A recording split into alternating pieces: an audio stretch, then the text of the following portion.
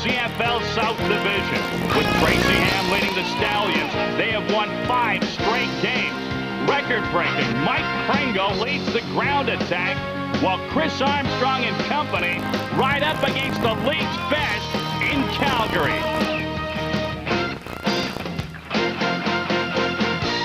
Wally Buono and his Stampeders have been almost unbeatable at home with Doug Flutie and Alan Pitts. Flutie, the perennial MVP. So far this season, they have been perfect. Pitts is on a record-breaking pace. This is the top duo in the CFL.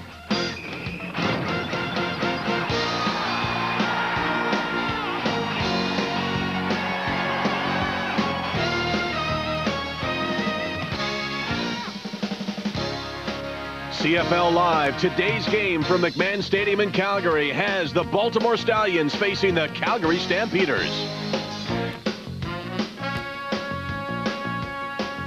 Good afternoon and welcome to the CFL on TSN. I'm Darren Detishin.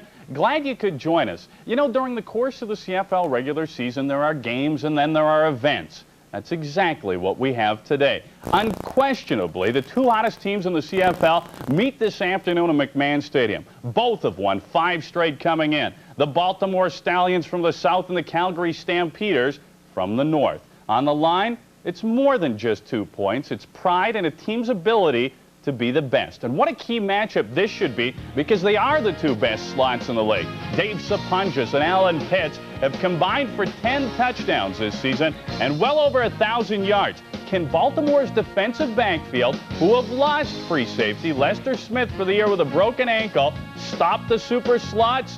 To be successful, they will have to. I know these 2 guys are excited about today's game. Let's go to Leif Pettersson and John Wells. Gentlemen. Darren, when 2 well-matched football teams like the Stampeders and the Stallions meet, it often comes down to special teams, and Baltimore's really sailing along with a guy by the name of Chris Wright, who's run back 2 punts for touchdowns this season. He's a terrific returner, and you've got Pee Wee Smith for Calgary, and special teams, I think, may be the difference in this ball game. You look at how evenly matched these teams are. The kicking game could decide it, and wow, do we have some great kickers in this one. Look at Mark McLaughlin, only missed once. Carlos Huerta, 81% in his field goals, and all Josh Miller has done is averaged over 46 yards a punt. He leads the league, but, you know, I think that really could be the factor. You couple it with the wet field today, kicking game is going to be awfully important. On paper, 2 very well-matched football teams. It looks like it should be the game of the week, and I think on the field it'll prove that way this afternoon, Darren. Thanks very much, guys. On now to the matchups, or elements, that we deem to be of importance today. How mentally and physically sharp will the Stallions be? It's their 3rd game in 9 days. They haven't had a lot of rest. The pass feeds the run feeds the pass. Mike Pringle and his 5.3 yard per carry average is integral to Tracy Ham's success. Defensive halfback Derek Coleman has won back-to-back Defensive Player of the Week awards. He's playing with a cast due to a broken wrist. How effective will he be? And last year, Rocco Romano lost out to the Stallions Sharp Porternash as the league's outstanding lineman. He'll have to be outstanding today going up against one of the CFL's best in Alfred Payton. Time now for the start of the game. Let's go to McMahon Stadium for the opening kickoff. And here is Pee Wee Smith on the return for the Calgary Stampeders. And the ball pops loose, and it's turned over quickly by Robert Drummond, who stripped it away from Pee Wee Smith. So the turnover happens early for the Baltimore Stallions. Well, you can see when Robert Drummond goes in to make the tackle, he's trying to tackle the football, knocks it loose, and he as well makes the recovery. I mean, look at the intent here. He's going for the ball all the way because Pee Wee Smith's kind of got it hanging out to the side. And for the Baltimore Stallions, what a terrific break for them early. First turnover on the opening kickoff, and Drummond is the man of the moment for the Baltimore Stallions. He's also in the starting backfield. 1st and 10 set up at the 38-yard line. Pringle got the call from the Stampeders. Storm through. That's Anthony McClanahan with the tackle, number 41. Kind of a surprise start at quarterback today for Baltimore. Sean Jones gets the start now. You know, the last couple of days in here, we'd heard Tracy Ham had been bothered by a hamstring and kind of felt that it was Don Matthews just playing a bit of a game with Calgary, but obviously the hamstring has bothered him enough that Sean Jones will begin this game at quarterback. On second down, the ball is knocked away from Sean Jones. And Will Johnson is there for the Stampeders. So the Calgary defense comes up rather large. From the left side of your screen, Will Johnson, number 81, will finally get in. He pushes Portinosh right back into the pile. And I think Sean Jones just simply had the ball slip out of his hands. And, you know, it's been raining all day here in Calgary. The field is really soaked. And I think Sean Jones, just couldn't get the handle on that. Here's Carlos Huerta in to try a field goal from some distance. He's out at about the 47.5-yard line. Carlos Huerta positions for 40-yard field goal. Carlos told me before the game that he was having some trouble with his footing out there, obviously, and didn't feel like he was going to fall down, but he said he was having a little bit of problem with his plant foot. No and he's on target from 47.5 yards. So the early turnover, and Baltimore, although not getting a first down, comes up with 3 points after the Stallions strip the ball away from Pee Wee Smith on the opening kickoff. Tonight's starting lineups brought to you by Mr. Sub. Fresh thinking is what we are. And Doug Flutie has done his usual masterful job of leading the Stampeder offense. He has completed 68% of his passes. Solid protection up front from the offensive line. That has allowed just 5 sacks so far this season. And the Stamps' incredible slots machine of Pitts and Sapunjas are the key to the passing game for Flutie today. John, as you look at the lineup there, Bruce Beaton, number 64, is the left tackle. Now, a couple of weeks ago, he had his first start. You know, Bruce Covington is out for the whole season with shoulder problems, and you know, it would remain to be seen how well Bruce Beaton could play. And you know, Doug Flutie told me yesterday he has played as well as anybody could have ever expected and given them solid protection from the left side. Another kickoff by the Stallions, this time taken by Terry Vaughn. Gets a block from Pee Wee Smith, a little room to the far side, and he's out near the 40-yard line. On the Baltimore defense, the front 7 with CFL veterans Gerald Bayless and Alfred Payton rates as the toughest in Canadian football right now. O.J. Brigance leads the linebacking core. All-star Irvin Smith, great on the right corner. Courtney Griffin, the 4th Stallion to start on the left side as the cornerback over there because of a pile of injuries. And a pretty nice situation for Doug Flutie today. The Stallions are really thin in that secondary. Kareem Bacon is starting his first professional game at middle safety, and they've had a lot of injuries in that backfield. Stampeders start with a 5-pack of receivers. Flutie from the shotgun to his right, and that one is picked off at the 55-yard line. Almost picked off by Tracy Gravely. You know, Tracy Gravely, I think he's going to really be on the hot seat today with a secondary that's banged up. He's the guy that's going to have to cover the number 3 receiver. In a lot of cases, it'll be Alan Pitts or David Sapunjas, and really miscommunication there. Pee Wee Smith running the hook and obviously didn't get to the right spot. Gravely almost had the interception, but I think you watch Tracy Gravely today. He has to have an enormous game for this defense. 2nd and 10, Stampeders. Flutie under the cover. This is Terry Vaughn making the catch. Good move to get the first down. Solid run for Vaughn. Finally forced out by Kareem Bacon. John, you know, I watched a lot of film with Doug Flutie yesterday, and he said one of the things Baltimore's secondary does when they play zone is the corners slide to the inside, and they're very willing to let you throw the wide side out and almost challenge the quarterback's arm strength. And Doug Flutie says, I'm going to have to show them early that I can deliver that ball. And on the first series, he hits Terry Vaughn with a long pass on the out, and it's a very successful one. 28 yards, Flutie to Vaughn. Stampeders set up at the Baltimore 40-yard line. Little play action this time, and Flutie for Pitts. Nice catch. 14 for Alan Pitts. Lots of weapons for the Stampeders. Yeah, they're using motion really well today to find out what kind of coverage they're going to see. Here's Alan Pitts right here, and Anthony's got to slide in here with him, and watch, just break back out to the corner. See, he's got Anthony's hips turned right there. Anthony's in big trouble. Watch the one-hander. Beautiful catch. But that's what you use motion early for, to find out if they're going to be in zone or man. See who runs with the receivers. On first down, there's nowhere to go for Tony Stewart. Tony Stewart stacked up. Grant Carter in his second season in Baltimore, and on the tackle. Well, there's no secret to the success of the Stampeders where it lies. It's in the slot backs, Alan Pitts and David Sapunjas. 1-2 in the league in reception so far. Add another one to Alan Pitts' total, so he's only one behind the league leader, Dave Sapunjas. And my, oh my, you know, we'll show you later what these numbers project out to. They're off to great starts. Responsible for almost half of the receiving yards for the Stampeders. Flag on the play. The slot backs and a procedure call, or at least a flag down. Early in the opening quarter, it's 3-0 Baltimore leading Calgary.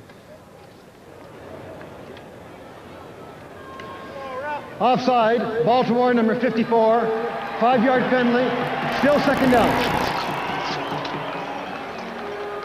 Wally Buono in his 6th year as head coach of the Calgary Stampeders, looking for his 71st win. In that time, certainly a terrific winning percentage for the head coach of the Stampeders.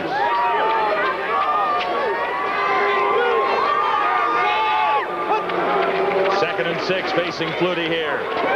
Vaughn makes the catch. It'll be another Calgary first down inside the 15. Stopped by Matt Goodwin. 18 yards for Vaughn, his 2nd catch of the afternoon. Yeah, Calgary just gave Baltimore a new look where they put Terry Vaughn and Pee Wee Smith, the 2 wide receivers, to one side of the field and put everybody else to the other. And, you know, that's a pretty good matchup. I like that. Terry Vaughn on number 39, Matt Goodwin. I mean, hey, that's a linebacker covering one of your fastest wide receivers. Whoa, Calgary, if they go back to that one, they're going to get some gravy there. First down and goal to go, Stampeders. Ball spotted at the 3-yard line of Baltimore. Flutie to his right, wide open, touchdown, Tony Stewart. Boy, an amazing drive by the Stampeders. Well, the key too, John, is Baltimore was able to get little or no pressure on Doug Flutie when he was throwing. Attribute that to good blocking and maybe a wet field. But 4 receivers, they all come inside and run little scrapes and picks. And Tony Stewart's the only receiver to go to the outside, and no Baltimore players able to even get close to him. They made that drive look pretty easy, but the schemes were tremendous, eh? Terry Vaughn and Pee Wee Smith with a big play, both on the same side. We haven't seen that yet this year. McLaughlin adds 1 more to the Stampeder total. Calgary has the first touchdown of the ball game and a 7-3 lead. Flutie to Stewart. No problem.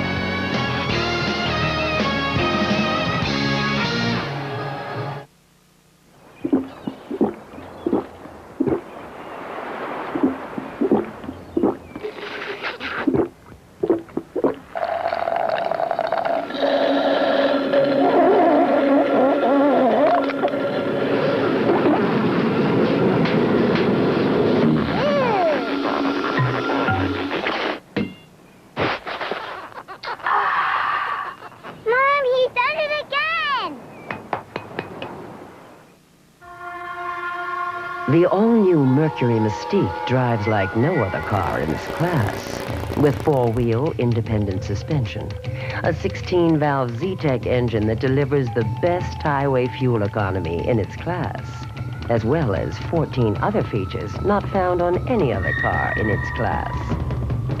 As for the rest, class dismissed. Drive the all-new Mercury Mystique. CFL Live on TSN. Brought to you by All Sport, the new All Sports drink for athletes. All Sport, the game will never be the same. And by Bell Advantage Long Distance Services, from the Alliance of Canada's only full-service telecommunications companies. Tony Stewart has his 4th touchdown of the year to give the Calgary Stampeders a 4-point advantage. I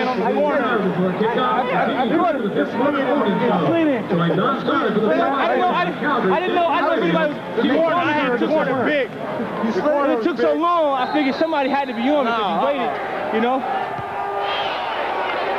Tony was saying that ball took a little while to get to me. I was open all the way. This is right. We told you about him. He has been sensational, but the Stampeders were well rehearsed. And Kenton Leonard led the tacklers for Calgary that time. Ford scoring drive covered 67 yards in 6 plays. Flutie to Stewart, 3-yard touchdown. I think what was so impressive out of those 6 plays, I'll say they gave Baltimore 4 different offensive formation looks on that series, and that's tough for a defense to adapt and adjust that quickly. John Jones was the 3rd-string quarterback last year, saw very limited action, and has seen limited action this year. Baltimore from the 23. Sean Jones. Maybe grabbed a yard. Chased out by McClanahan. Calgary's made a few switches on defense today, too, adding Anthony McClanahan to the linebacking core and putting Marvin Pope up almost in a rush defensive end position. Tough position for Don Matthews. I mean, this is the end of a 3-game road trip, and play Edmonton, a very physical team last Wednesday, and now another physical game a few days later on a Sunday. This is a tough trip for them. And to finish off against the Stampeders, makes it even tougher. 3 receivers near side as Jones stands in on 2nd and 12 and fired that one into the turf. Shannon Culver was the intended receiver. So another 2-and-out sequence for the Stallion offense. John, you talked in the opening about all the terrific special teams players today. The punt returners, Chris Wright for Baltimore, and probably one of the best for the Calgary Stampeders is Marvin Coleman, and he's got a broken wrist, so although he will play the corner today, you won't see him returning any kicks, and that leaves the job up to Terry Vaughn and Pee Wee Smith. Here's Josh Miller, and he's been punting the stuffing out of the ball. Greg Knox almost got through on that one, and here's Pee Wee Smith. Held on this time. Alvin Walden leading the Stallion tacklers after a 54-yard punt. There's the score on CFL Live.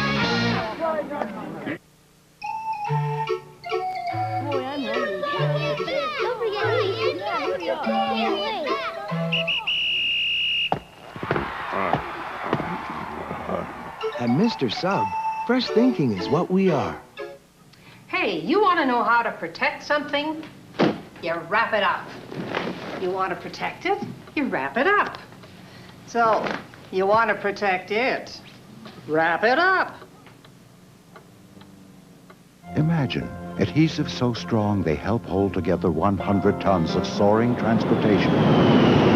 Imagine a fabric so bright it lets you see an accident in time to prevent it. Imagine a single disc so powerful it can store almost everything imaginable and protect it for a lifetime. These products and thousands more that make our lives better exist because the people at 3M imagine.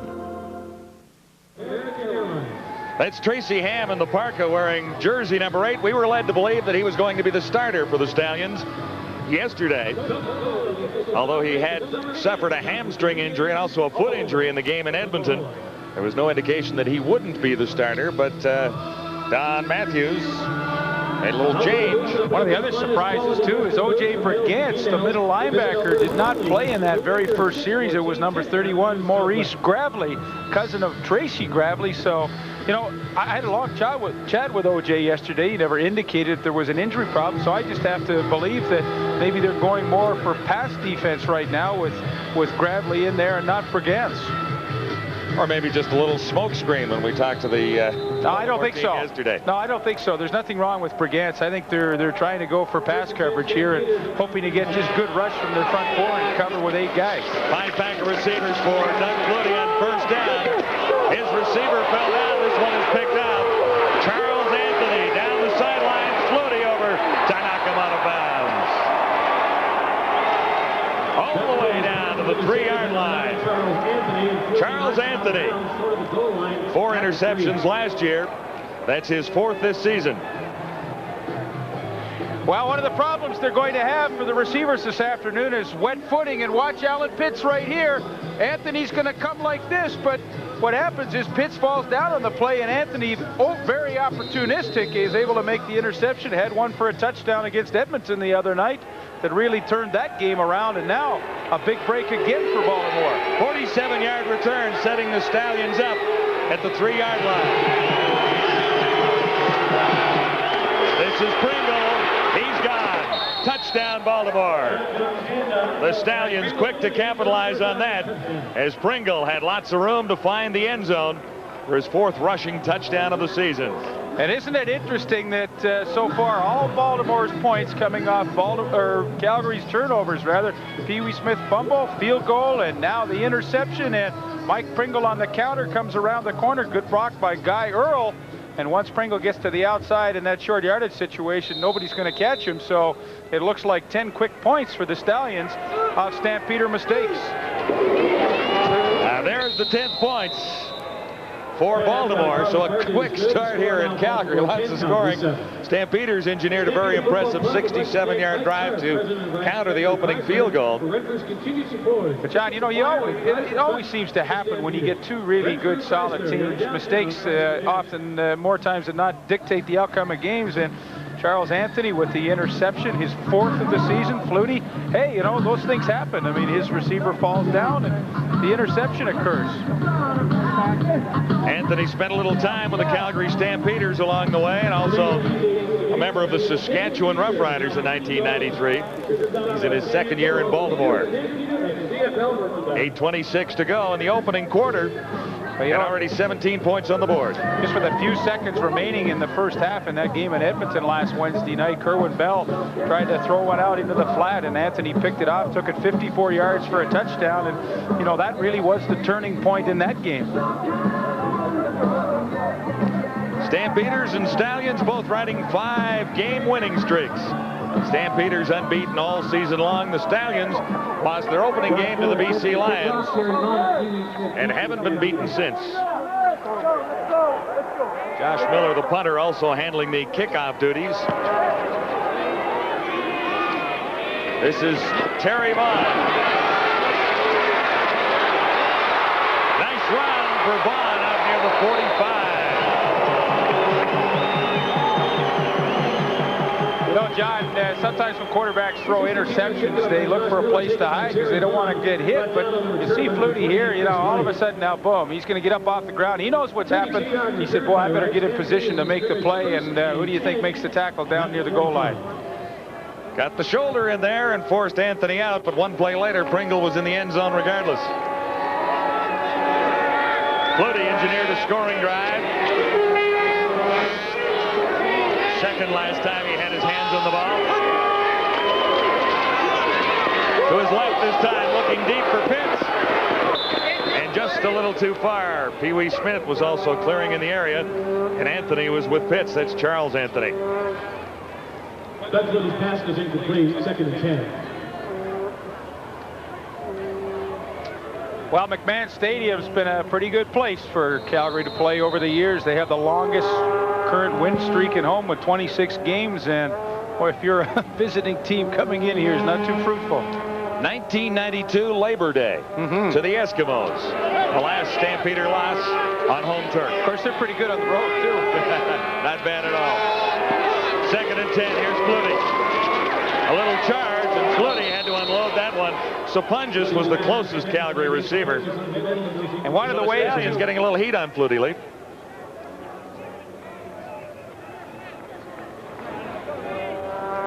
Well, good pressure coming from the outside, and this is what they have to get on Doug Flutie. Make somebody at least get in his face, and it's Bruce Beaton that can't handle the speed on the outside pass rush by Alfred Payton, and Flutie pays the price. But, you know, O.J. Brigance was saying yesterday, if we can make Flutie hold the ball just a split second longer than he normally likes to, we may be able to get somebody in his face and disrupt him. Chris Wright, the lone man back for the Stallions. Martino on 3rd and 10. deep kick. Bouncing to right. Markers are down as Wright has lost a lot of yards on this return so far. Gets another block. There's another marker down. In fact, 3 markers on the field. So Wright ran a long way for nothing. 41-yard kick. 18 yards on the return after a 42-yard punt by Martino. Well, I tell you, I think every official on the field threw his. Here's one. Here's another one. There was another one up here. Yep. There was another flag right over there. I think every official got rid of the laundry on this one. So, and I have a feeling they're all going against Baltimore. Legal block, Baltimore, number 55. 10-yard penalty. First down, Baltimore. And there were a couple of other illegal blocks, but they signal. Well, maybe they all saw the same one. Well, there was one on the far side of the field as well, but the one they called was very early in the return by Chris Wright.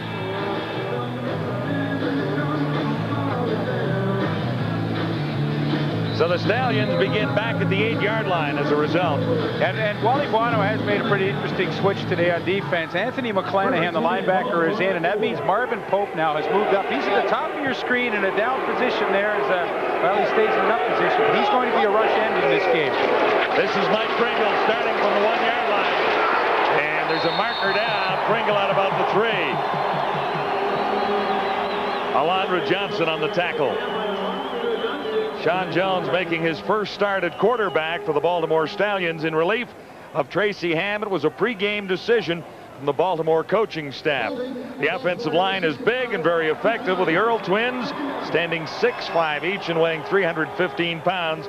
Chris Armstrong leads the receiving corps. Running back Mike Pringle is the key to the Stallions' success along the ground, and he has been sensational as he leads the CFL in rushing. Penalty is declined. It is 2nd and 10. Jones got rid of it in a hurry. Robert Drummond making the catch, but he's well short of a first down, and Baltimore will kick it away in a hurry. Boy, that's a defensive series that you really want to win the battle on when you have a team like Baltimore backed up. This is a team that can really methodically drive the ball down your throat, and for Alondra Johnson and his defense to be able to stop them deep in their own territory, that's a real psychological win. You know, much has been talked about. Can Baltimore run against this defense? I mean, they're the best running team in the league. And Calgary, you know, they're going to want to take on that challenge today. Bouncing to Vaughn, and well covered by the Stallions special team. 4-yard return after a 40-yard punt. 5:53 to go in the opening quarter. A little damp at McMahon this afternoon. Introducing the new Mercury Mystique. It has available all-speed traction control, a Micron air filter that removes dust and pollen, and the new 24-valve, fuel-efficient Duratec V6 engine. Yet, even though Mystique is equipped like a luxury car, it's priced thousands of dollars less. Because the last time we looked, money still didn't grow on trees. Drive the all-new Mercury Mystique. Boy, we sold sweepers to places like Kuwait. We sell sweepers to Japan, Taiwan, Australia, Mexico, Sweden. I'm an accountant, so I know about costs, and any places that we can look at to save costs, we're going to do it. Advantage Savings Plan is certainly one way that we can do that. We were spending $1,500 a month. Cost went down to $800 a month. What it allowed us to do is contact more customers and to have more contact with our existing customers. They've been playing volleyball in Calgary for 6 seasons now, and Wally Buono looking for his 71st win in regular season play. Winning percentage simply amazing. He's moved into 3rd spot on the all-time list and is in rather illustrious company behind Frank Pop Ivy and Hugh Campbell. It's an interesting game to watch, the coaching strategy. I think we've got unquestionably two of the best coaches, game day coaches in the league right here with Wally Buono and Don Matthews. And they're going to be really battling heads today from the sidelines to try and out-scheme each other. Matthews, the 5th winningest coach in CFL history. 115 wins, 67 losses. I sure like the way he handles the bench in a game. There's nothing that he misses, and he's a terrific game day coach. 1st and 10 Calgary at the 48. Flutie. Pitts couldn't, or did he hang on? He did. Something came loose from Pitts' equipment. I thought the ball had popped loose there. He lost his bandana. Ken Watson on the tackle, 16 yards for Pitts. Pitts and Sapunja side by side. Kenny Watson. Now you see the big hole in the middle of the field. That's what Doug Flutie's reading, and when he cut it, one of his wristbands or something went flying out. 1st down from the 33. Flutie to his right. On target again. And Alan Pitts is the man in front of Watson. Number 33. 16 yards for Alan Pitts that time. And what Pitts and Sapunjas are doing is using motion. Pitts came back down inside to get the position and then worked to the out, but that's what they're using. Little subtle motion to get the defensive back turned the way you want it before the ball's even snapped, and that's what makes these slot backs so good. I mean, they're always thinking of little schemes to get open. Stampeders offering a pretty steady diet of that 5-receiver package. Near side, and Pitts again. 3 in a row for Alan Pitts. It's a magical combination. Number 20 to number 18. 5 yards for Pitts there. Well, you know, they have so many option routes in their system depending on the alignment of the defensive backs in the secondary. You see Watson inside. Pitts has the option to go outside. I mean, that is unstoppable. The only way you stop it is if you get somebody in Flutie's face. On the last couple of series, they haven't been able to do that. The one rush by Payton, and that was really it. 2nd and 5. Ball at the Stallions 11. Early movements, and the markers come down. Well, when they don't snap the ball, it's usually procedure. 10-7, Baltimore leading Calgary. The only thing you could say there is obviously one of the Baltimore players had to make contact with Calgary for them to blow it dead. Offside, Baltimore, number 72, 5-yard penalty, 1st down Calgary. That's Robert Presbury. Defensive tackle. Alan Pitts on his way to another 100-yard game. He's halfway there. 4 catches in the opening quarter. Flutie and Stewart coming out of the backfield. Can't quite turn the corner. And he's bulldogged out of bounds near the 4. Charles Anthony covered it well after the catch was made. Picked up on the play. 2nd and goal to 4. Tony Stewart been a terrific back in the last season and a half for the Calgary Stampeders.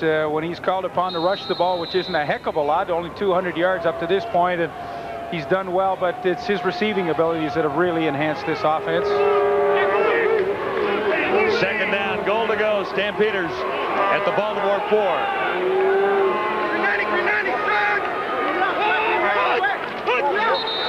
And again, Flutie gets them to move a little early. Robert Presbury moved a little quickly last time. We'll see if this is offside or a procedure call. Indication is it's offside Baltimore.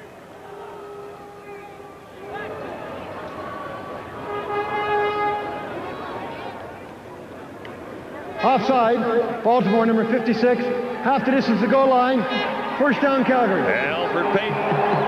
Well, here's Payton at the top of the screen, and one of the reasons why you get a bit of a jump is look at Flutie, how far he is back in the shotgun. I mean, as a defensive lineman, you know that, hey, he's back there and he gets back another 12-yard depth so quickly that for that front 4, it is a tough assignment to try and get close to Doug Flutie. And the Stampeders will be tough to stop from here. 1st down, goal to go at the Baltimore 2-yard line. Daniels in the backfield. Stewart got the call. Ball is loose. And the Stallions have recovered it. O.J. Brigance is celebrating there, number 57. Stampeders have turned it over a couple of times already. That's the 3rd. 2 fumbles and the interception. And as a middle linebacker, you know, you're really gearing yourself up for some contact. Here's O.J. Brigance right down here, and watch the penetration initially, and Sean Daniels really doesn't have a chance. Look at Brigance get underneath the shoulder pads of Bruce Beaton. He makes the hit and makes the fumble recovery. That's some kind of defensive play. But he got the leverage underneath Bruce Beaton and got that penetration. Baltimore starting inside the 5. Pringle breaks through for a few extra yards. John Jones handoff to Mike Pringle, wrapped up by Anthony McClanahan. Mike Pringle, the leading rusher in the Canadian Football League last year and leading the way again so far in 1995. O.J. Brigance turning it over to the offense. That's a scheme. You saw him on the goal line that you'll see a lot from Baltimore's defense when he's in there today. They like to line him up over the uncovered guard, and that means they have all the 5 offensive linemen covered, and then they rely on either one of them to make the play, or the linebackers are free in behind them. Pringle picks up 6. This is 2nd and 4. Jones under a little pressure, got it away for Perry. Reggie Perry carried Finley for a couple of extra yards, and he's out near the 30-yard line. Big play for Baltimore, 20 yards the gain. Well, they need a couple of first downs to give themselves some breathing space here, but John Jones showed some tremendous patience there waiting for Perry to clear the linebacker, Alondra Johnson. He threw a pretty good strike. 17 points on the board already. Baltimore leading 10-7. On first down, Pringle caught in the backfield. Grabbed initially by Anthony McClanahan. 3 yards the gain for Pringle that time. Mike Pringle's all-purpose yards there, 118 receiving, but the 594, as you may expect, leads the league in rushing. Of course, last year with 1,972 yards, set a CFL league season rushing record. He is #1 rushing in the CFL right now, but he's also #1 with yards from scrimmage as a receiver coming out of the backfield.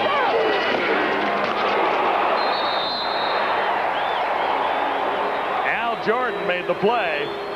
Armstrong the catch. Chris Armstrong. But Sean Jones, you can't really blame him. He sees the heat coming up the middle, and he knows he has to get rid of the football quickly, but wow, does he ever hang Armstrong out to dry. And, you know, Jordan didn't get the helmet right into the chest, or Chris Armstrong may not be getting up off the ground. 6 yards. And it'll be a punting situation, though, as Josh Miller comes in. Vaughn and Pee Wee Smith deep for Calgary.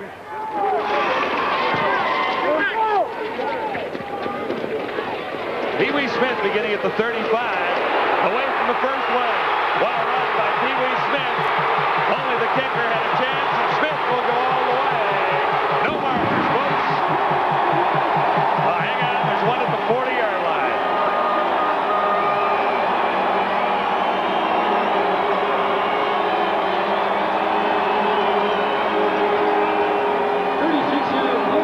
Against Calgary, they'll bring this one back to at least the 40.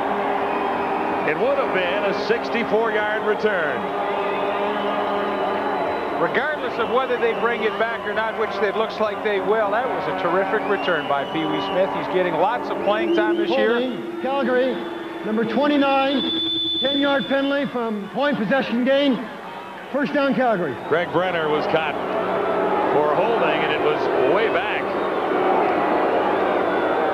Well, you can't really see 29, Craig Brenner, in the holding call on the left of the screen, but still a pretty terrific run by Pee Wee Smith, and you know, would have been a 64-yard touchdown. Now you look where they start down around their 26-yard line. I mean, that is a lot of offense to give up. A lot of yards in the football field and points on the scoreboard with what it might have been for Pee Wee Smith. Into the final 30 seconds now of the opening quarter. Stampeders beginning at the 21. Flutie has the 5-pack in again. Sapunjas short of the first down. He's out across the 30. And that's his first catch. 6 for Sponge. Boy, the Calgary Stampeders really spread the defense out. I mean, you had 4 receivers to the wide side of the field. Then you had Terry Vaughn and Tony Stewart back weak side. Doug Flutie all by himself in the backfield. Look for Flutie to run the quarterback draw when he's the only guy left in the backfield. 2nd and 4, Stampeders at the 32. Again, first down. Flutie, Sapunjas. On the play by Maurice Gravely. Stopped by Maurice Gravely. That'll be the end of the opening quarter. 10-yard gain for the Stampeders, who trail it 10-7. Section G, more details.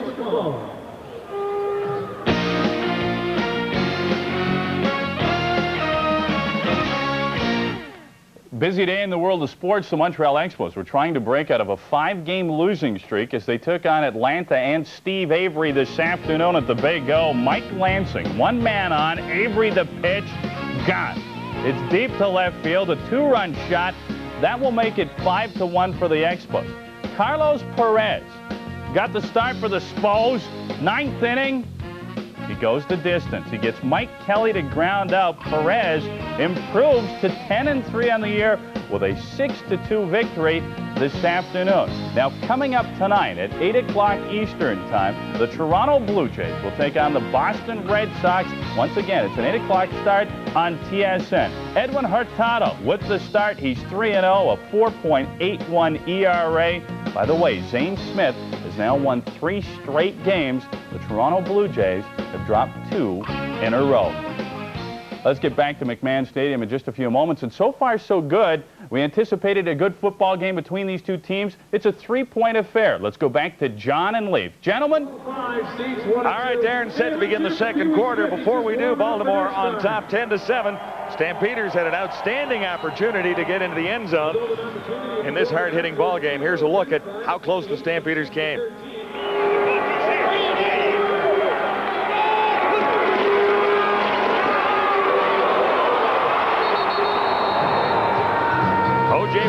Coming up with a fumble at the 2-yard line, or else Flutie would have been in the end zone with 3 cracks at it from there. I think one of the tough things, and you really heard it in that replay, was how physical this game is going to be today. And this is the second extremely physical game that Don Matthews' Baltimore team will have had. Edmonton, every time you play Edmonton, you know you're in for a lot of hitting. And boy, against the Stampeders, it's no different.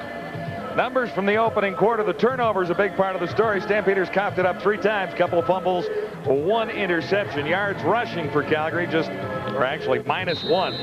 Net yards for the Stampeders, 116 compared to 41. Baltimore took advantage of 2 turnovers to hit the scoreboard twice.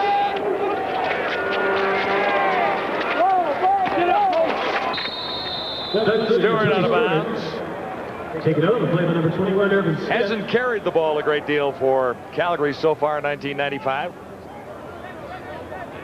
Well, last year he had over 1,000 yards, which was kind of unusual for a Calgary running back. It hadn't happened since 1986. Gary Allen did it, but for Tony Stewart, he had a super year. And boy, oh boy, you don't want to see this. That's Irvin Smith, the all-Canadian corner, who was down. He made the tackle on that last play, but my, oh my, Baltimore's secondary is thin to begin with coming into this game. Their nickelback is Norris Thomas, and he just arrived on Friday to join the team, so they are really hurting. Of course, Carl Anthony, their other corner, blew out his knee in the opening game against BC, and he is lost for the year. See if you can see what happens left side of your screen.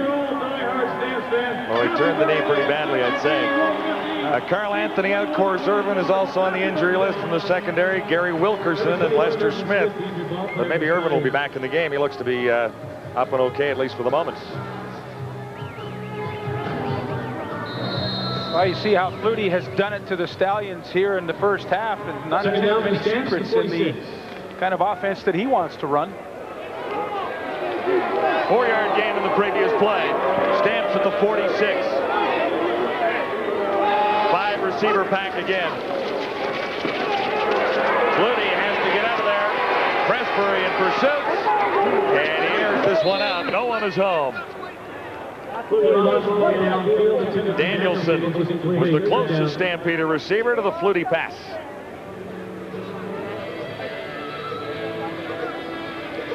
Stampeders have struggled just a little bit in the second quarter. They struggled at times in the opening quarter thanks to turnovers.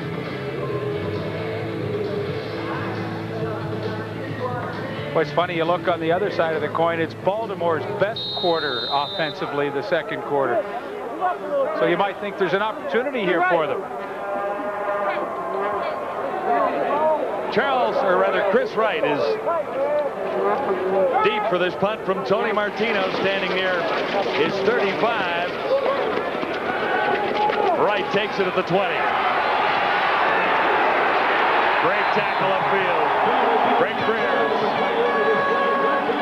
The return limited to 1 yard after a 44-yard kick. Boy, John, you look at this Baltimore team, and they have been on a long road trip. I can't remember a team staying away from home for 3 games, and all began in Birmingham, where they hammered the Birmingham Barracudas pretty well, and then in Baltimore, or in Edmonton, rather, the other night, they won a very, very tight game to go 2-0 on this road trip, and boy, you know they'd love to go back to Baltimore on that charter tonight, 3-0. That'd be a terrific trip for them. 3 games in 8 days. Jones at the controls for Baltimore. Looks to the near side. Tuipulotu, that's number 32, Peter Tuipulotu on the receiving end of that toss. 8 yards the gain.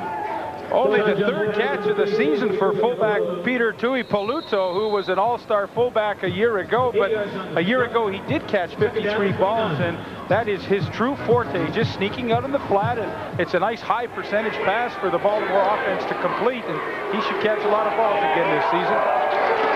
2nd and 2. Pringle had nowhere to go. Wrapped up by Zizakovic. And also Anthony McClanahan seeing his first action for the Calgary Stampeders, number 41. Well, you mentioned Anthony McClanahan, and my, oh my, he made his presence felt on this play. You know, as an outside linebacker, you've got to come up and take the lead block on in this play, and watch what McClanahan does. He's got great upper body strength. Boom! I mean, that is a head popper on Tuipulotu, the fullback, who's a pretty good blocker. My, oh my, that's the best hit we've seen this afternoon. Punting situation again for the Stallions. Josh Miller. Pee Wee Smith.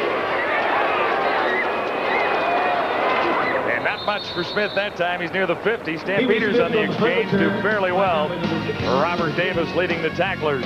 Calgary first down when we return. There are no prizes for making someone smile. No tributes for unlocking life's little mysteries. But to the men who give their best every day, we give our best. Gillette Sensor XL. Spring-mounted twin blades that adjust to your face, and soft, flexible microfins that set up your beard, and Gillette Series Aftershave Conditioner to moisturize your skin. Sensor XL for the closest, most comfortable shave ever. Gillette, the best a man can get. Dear Dave, after session last week, we had your new smoky bacon cheeseburgers. One bite and we said, man, whoever made this has paid his dues. 3 strips of hickory smoked bacon, processed smoked cheddar with that sauce, all on a 1/4 pound of fresh ground beef with sauteed onions. Dave, it was so delicious, Lucille and I played a whole set of Lowdown Blues. Your pal, B.B. King. Here, B.B. Keep smiling. You'll beat those blues yet. Try Wendy's new smoky bacon cheeseburger. CFL Live, brought to you in part by 3M Canada, imagining the unthinkable and developing the unknown. That's 3M Innovation at Work. Chrysler, you're downtown. There's Anthony McClanahan, who just had the tremendous hit on that last series. I tell you, I think that's the best hit I've seen all season long as he takes on. Watch, it's worth another look. There he is at the bottom, and Peter Tuipulotu, he just gets his head snapped back over. Not only does he foul off the play, he makes the initial hit. And my, oh my, you don't think this is going to be a physical game this afternoon? He was a cut from the Dallas Cowboys and got 4'5" speed. He's 6'2", 232 pounds. That's allowed them to make that move and put Martin Pope on the line, and I think that's a good defensive move for the Stampeders. On first down, Flutie to the far side, has Vaughn again. Suggestion was they were trying to get Terry Vaughn involved in the offense this week, and they've done it so far. Well, the Baltimore defense allows you to do that. I mentioned earlier, when they're in zone, they will allow you to throw that out pattern, and Doug Flutie is having a nice first half. And I thought it was interesting.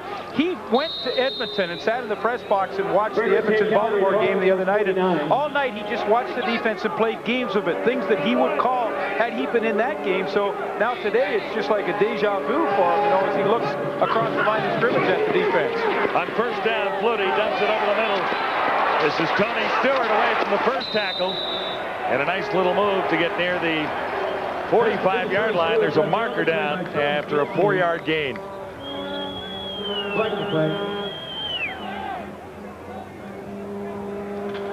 Indication face masking against Baltimore from referee Ken Lazarick.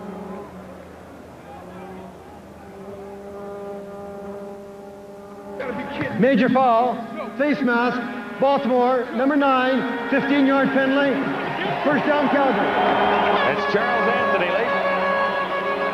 Well, you see as he comes in right here, the hand comes up into the face mask, and he got him. One of the things you look at today, I mean, here's the line of scrimmage. Here's Doug Flutie. Hey, that's 7 yards, and just as he takes the snap, he starts moving backwards. When he throws, he can be up to 15 yards. And that's tough for that front four to try and chase him down. Stampeders from the 30.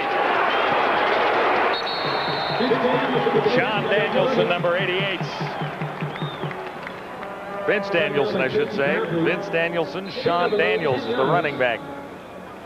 Boy, Vince Danielson has just worked himself nicely into this lineup as the 5th receiver. He's getting a lot of playing time in this game and spreading out that defense. You know, I've told the story before, and it's worth repeating because I think it's so interesting. A quarterback at UBC who decided to become a receiver his last year because he felt that would be his best way to be drafted in the pros. And boy, was he right. And he is really fitting in nicely with this club.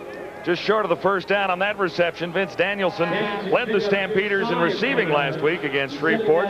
7 catches for 93 yards. Well, at 6'6", you know, you see how tall he is there in the huddle, and he's a nice guy, especially for a small quarterback like Doug Flutie to try and find downfield. Second down, less than a yard to go. Stampeders trying to get across the 20. Flutie himself.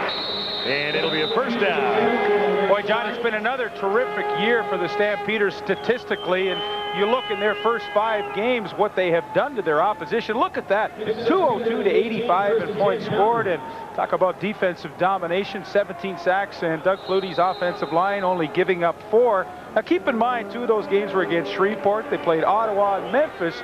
BC was the other team that really has a solid record they played against. Kind of a soft schedule, but nevertheless total domination. And 5 straight wins. First and 10, Stampeders at the 18. Flutie with 5 receivers in again. And this one is picked out. That's Bacon. Number 35, Kareem Bacon with the interception. Second one offered up by Flutie this afternoon. And you could see Doug Flutie hesitating and hesitating. He just didn't get what he wanted to see downfield, but decided to force it anyway. Bacon with the pick, but there is a penalty on the play, and it looks like Calgary still may get it back. Major foul, roughing the passer. Baltimore, number 98, half the distance to the goal line. First down, Calgary. Boy, Gerald Bayless takes a big penalty for the Stallions. You're going to get a good look at what Gerald Bayless did, too. Here he is, and well, you can see Flutie's arm up here getting rid of the football.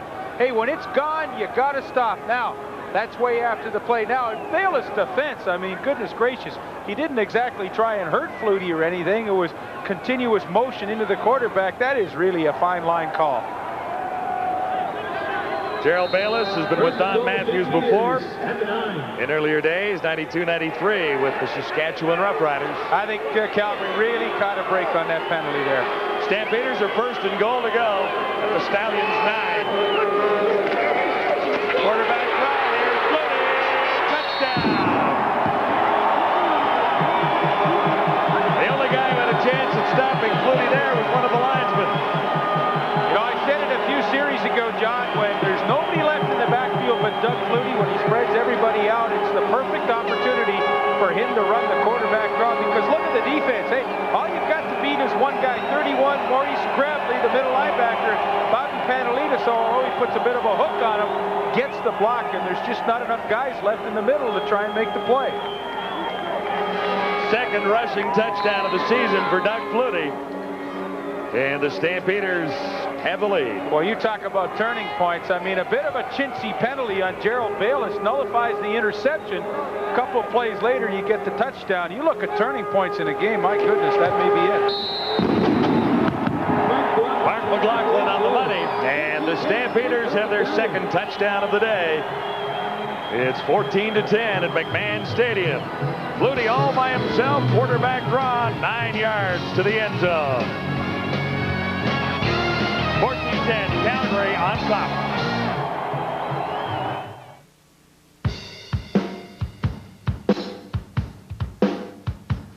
"115 years of tradition. One distinctive recipe. 0 preservatives. too smooth for words. 100% Canadian brewed. 5% alcohol.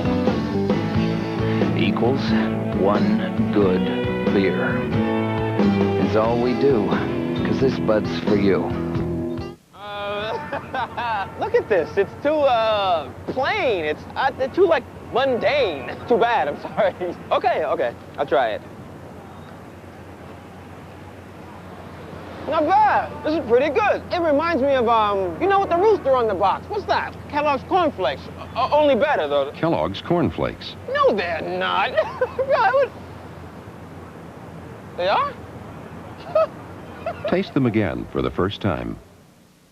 Recently, Subway asked us, Bucky and Vinny, to review their turkey and bacon deluxe. Well, we decided to do a little research. This is where turkey is. Where's the bacon?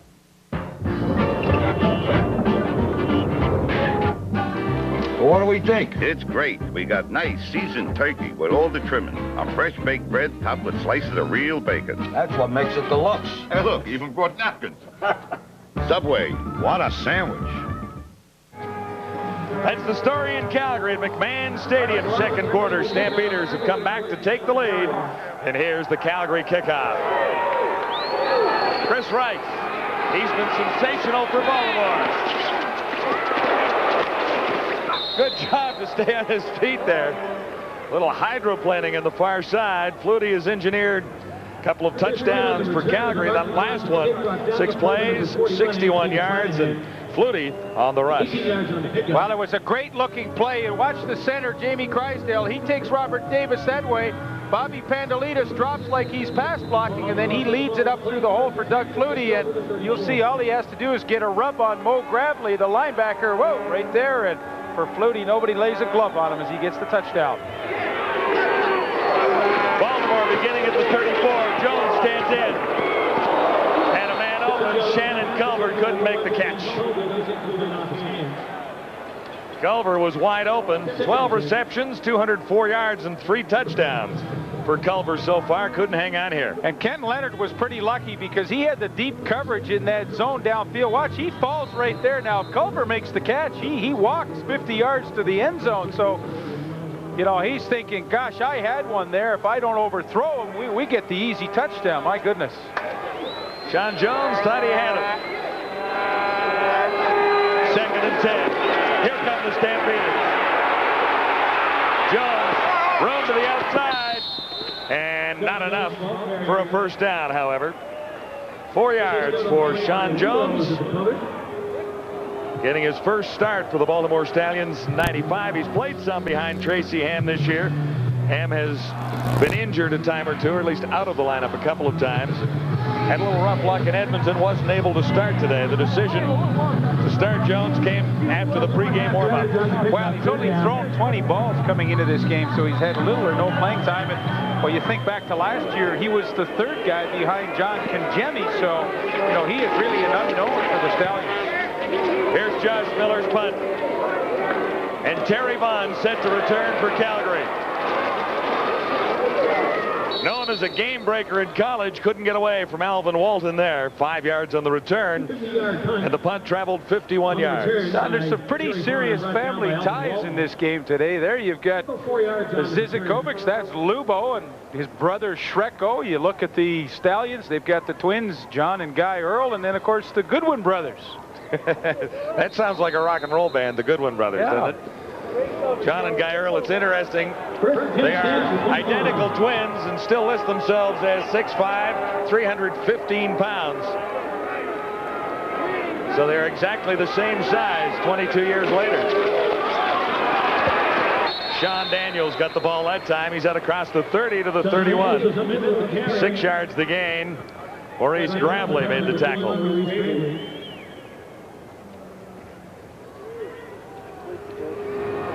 John Daniels has been a real find for the Stampeders. They felt that was the missing piece to the puzzle of their offense, and he's a guy that as a running back, he's more of a fullback.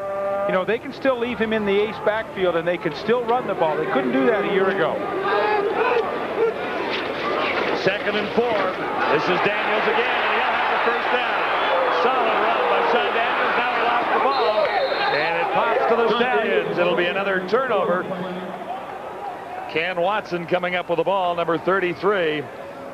Third fumble of the ball game for the Calgary Stampeders. They bobbled the opening kickoff as well. Well, that's just what I said, too. In the A's backfield, they can still run with Daniels. Beautiful running play, but Kareem Bacon, as he makes the tackle, strips the ball loose. Kenny Watson gets the recovery. You know, that's not a wet field kind of fumble. That's just aggressive defense stripping that ball loose. Stallions have the football. 1st and 10 when we return to CFL Live. The Canadian Football League 1995 Facts, Figures, and Records book.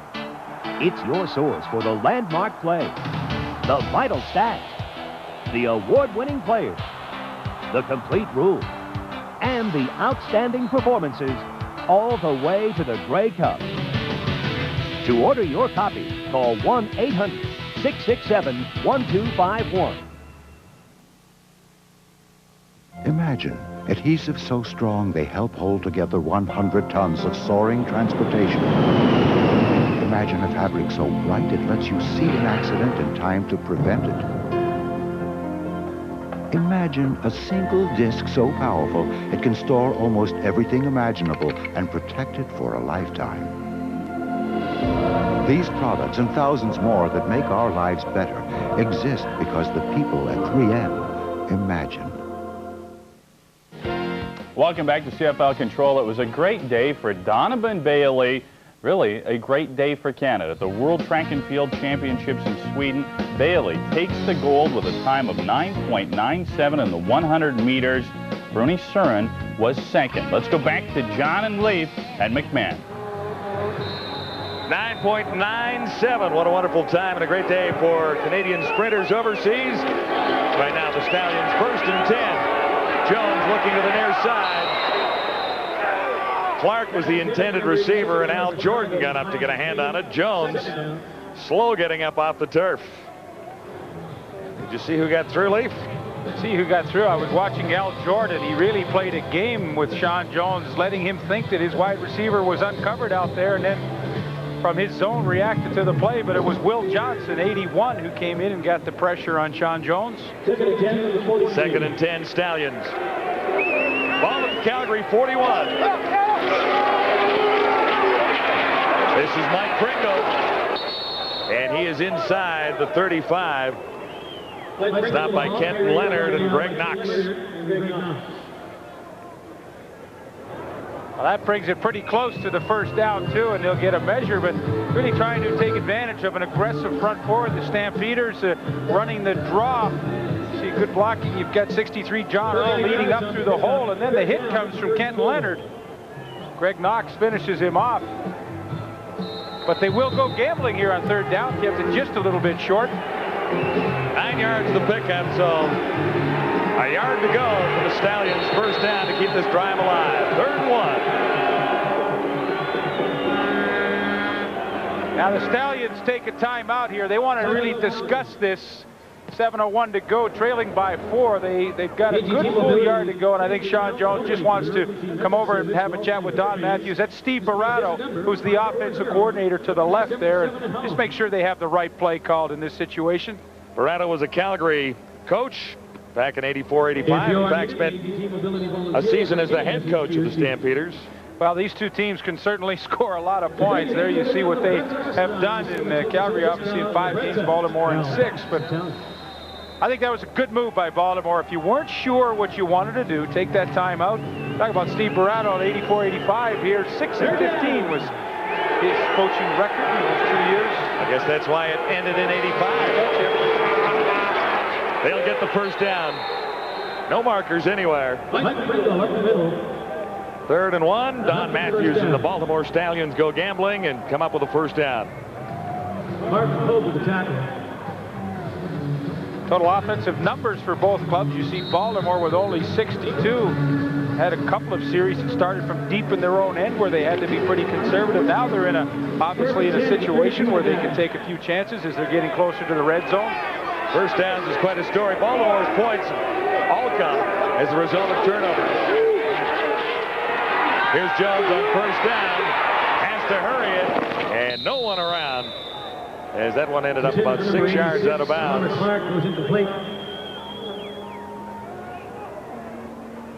Will Johnson's had a tough one. He's come up limping. Now, he's already got a sore neck and back from a car accident, but here he is working, and he's working like heck to keep containment out here on Sean Jones. And you'll see just near the end of the play, Robert Drummond is blocking him. Watch, he just comes up a little bit lame here. Now, he kind of goes over on his ankle a little bit. There you see now, he's in big trouble. 2nd and 10. 2nd and 10, Stallions at the Calgary 33-yard line.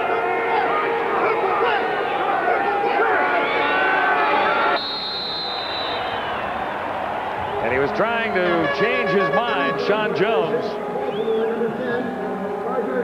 And it'll be a 5-yard penalty as a result, still 2nd down. Well, you look at the Calgary front four now, with the change they've made with Anthony McClanahan coming in as a starting linebacker. Now you really have an extra few linemen. You've got Lubo Zizikovic that can come in the game, and Shreko Zizikovic. You've got Marvin Pope up on the line. So they really have 6 solid guys that they can rotate in there. 2nd and 15 facing the Stallions now. Jones with time over the middle and almost picked off. Knox had his hands on it. Reggie Perry appeared to be the intended receiver. Perry was the intended receiver just as he cleared the zone. And you know who you like to watch in this situation? Here's Greg Knox back here. Now, he got 10 interceptions. He'll slide over and be there to make the play, but watch his head. All he's doing is reading the quarterback. Boom. Now he knows where the ball is going. Go and find it. And I'll tell you, had they been in a position, 83, Mark Orlando, to make the catch, Knox would have been right there to give him a good rip. 3rd and 15, field goal team is in. 45-yard effort for Carlos Huerta.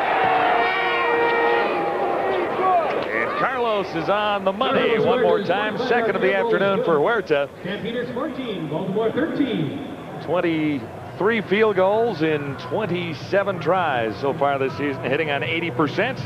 And the Stallions get within a point. Boy, you gotta love Carlos Huerta. Went to the University of Miami as a walk-on. That means he wasn't invited out to try out for the team. No scholarship, no anything.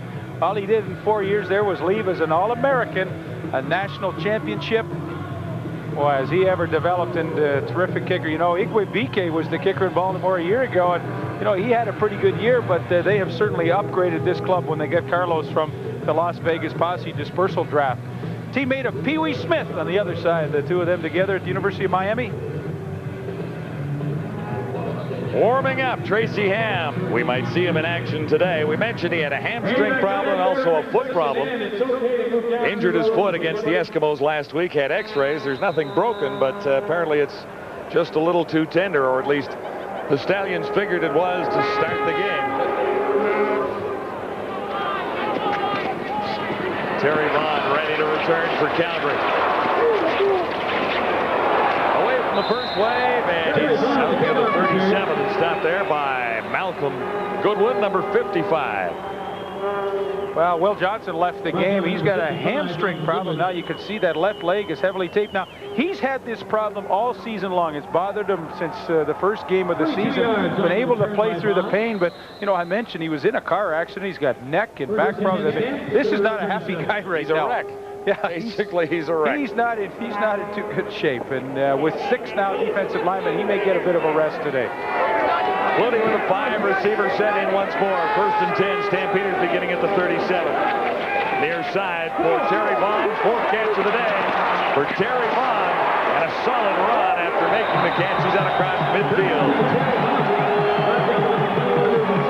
Well, you talk about Alan Pitts as a receiver. He threw the key block for Terry Vaughn, and this is an unbelievably tough play to defense. You've got 4 receivers to the left side of the screen now. Watch as Terry Vaughn makes the catch here. Look, Pitts and Danielson, they get the double team at the point of attack, and well, what a terrifically designed play. And Doug Flutie, you know, his quickness to get the ball out to Terry Vaughn so fast enables this play to get off to a good start.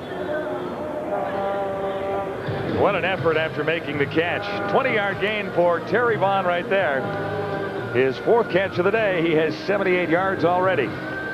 Well, he only has 1 touchdown so far this year, and I saw it. It was in a game we did in Shreveport. He made a beautiful catch on a post, laid out, took a hit to make the catch. But look at the adjustments that the Calgary Stampeders have had to make on offense this year. Both starting wide receivers, Will Moore and Brian Wiggins, left after last season. So now Terry Vaughn and Pee Wee Smith have taken over, and it doesn't seem like they've skipped a beat. Tony Stewart, the injured Stampeder, being attended to on the near sideline. Calgary on top with a couple of touchdowns, 14-13. What was the structure on the field? That's Charlie Carpenter, the offensive lineman for the Stallions. I stick with him. Okay, Peter, I don't think Peter remembered that.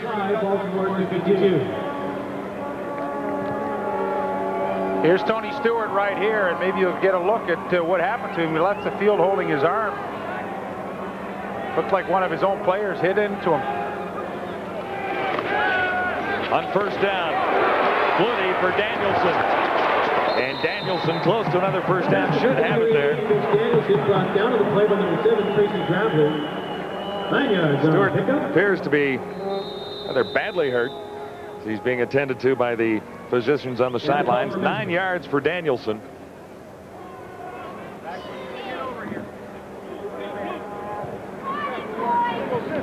And we'll see how close he is to a first down.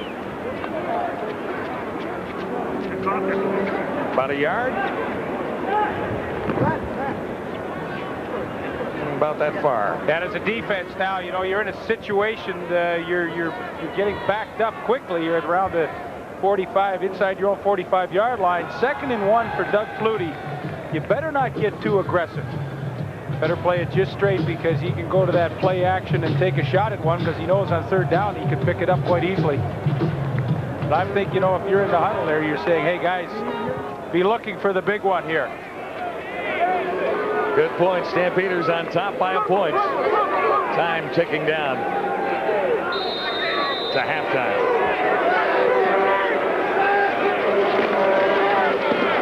Danielson has the first down. Rather, Sean Daniels, I should say. Number 34.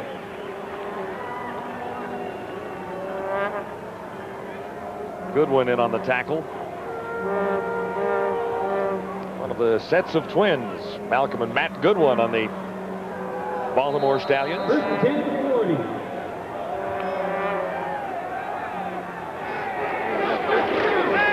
Play action for Flutie. Comes to the near side. Vaughn's 5th catch of the day, and it'll be another Stampeder first down. Flutie to Terry Vaughn. Irvin Smith was on the play defensively. Well, that's Smith forced him out that time, Leaf. Well, this is a play that Calgary's completed about the 3rd time now. They can have it whenever they want it if Baltimore's in his zone. Holding, Calgary, number 64, 10-yard penalty. First down, repeated. That's Bruce Beaton that time. So the Lucky Bum Girls got a... Tony Stewart will not return today, we are told. Obviously an elbow problem. He was in a great deal of pain as he came to the sideline.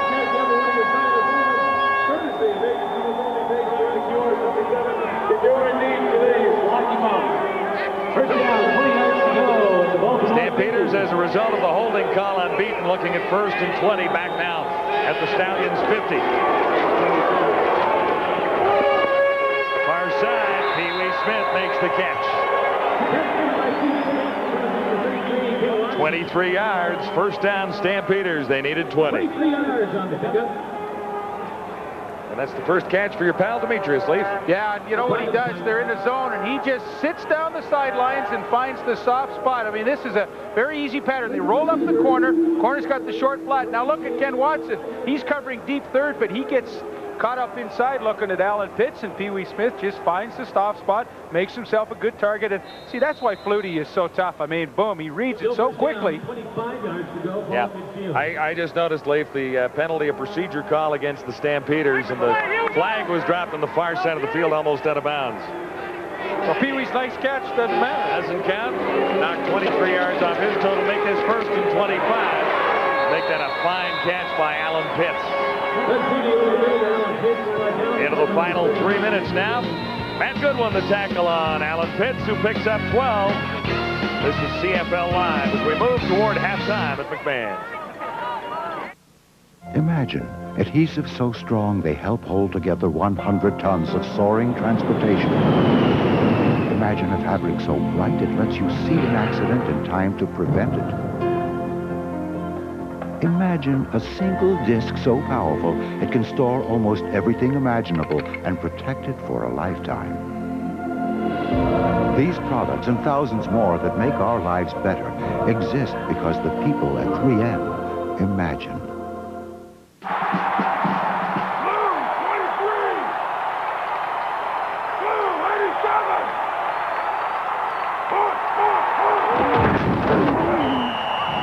Mr. Sub, fresh thinking is what we are. Things get down and dirty on the sand. The 1995 Jose Cuervo Gold Cup Beach Volleyball Tournament from Vancouver, BC. Don't miss the Women's Pro Final Tuesday. Spike it on Real TV, TSN. Coming up at McDonald's halftime, we will talk to Baltimore Stallions owner Jimmy Spiros. He made some rather interesting comments last week. You see Bruce Covington? He's not playing today due to injury. We will talk to him about his tuna cam. That's his tuna cam. We'll explain. We'll also have John and Leaf in their first half thoughts. Back to McMahon. And there's the Baltimore Stallions owner. He loves football, loves his Stallions, and celebrated a championship last year. Almost a Grey Cup. They were awfully darn close to the Lions in Vancouver. Eastern champions. They got rings anyway, so the players were happy with that. And there's the guy who came up a little bit short of getting to the Grey Cup last season for the Calgary Stampeders when his brother beat him right here at McMahon Stadium in the Western Final. 2nd and 13 for Flutie now. He's got an opening now. Fired for Sean Daniels. Flutie was going to take off there, Leaf. Well, it looked like he had room, but, you know, it was still 2nd and 12, and you know, I think Doug Flutie, the longer he plays, if he sees a receiver open, I think he says to himself, hey, I'd rather complete the ball than run for the first down. But the way he stepped up in the pocket to avoid the rush, though, you can see why he's only been sacked 4 times this year. He can make his offensive line look pretty good at times. Setting up a pretty good test here on 3rd and long for Mark McLaughlin. His longest of the season, 52 yards. He has only missed once. And I hope that doesn't jinx him because we'll likely see him right after the game, right? On the money, Mark McLaughlin adding to the Calgary total. Now the kickers have been flawless this afternoon. Mark McLaughlin's really got the stroke going this year, 13 of 14 now, and boy, 50 yards on a damp, wet day. You know, the ball doesn't carry as well as it does when the air is a little lighter than it is today, but he just absolutely nails this one. You don't think that split the uprights? Absolutely, almost dead center, and look at this. Well, another one. Wow, when you're 13 and 14, it is routine. Well, this is what we thought might happen. We saw Tracy Ham warming up on the sidelines a few minutes ago, and he will come in the game, and you know, he's had a quarter and a half to get a feel for what Calgary's doing on defense. We'll see if he can get something going. He's on target on his first pass, far side to Robert Drummond. Stamps on top, 17-13. Tracy Ham has been playing extremely well for the Baltimore Stallions. Some suggest he's playing the best football he's played in the last 3 years. It was a bit of a struggle for Tracy in Toronto, but he had the great years in Edmonton. Those are his numbers this season. Great touchdown to interception ratio.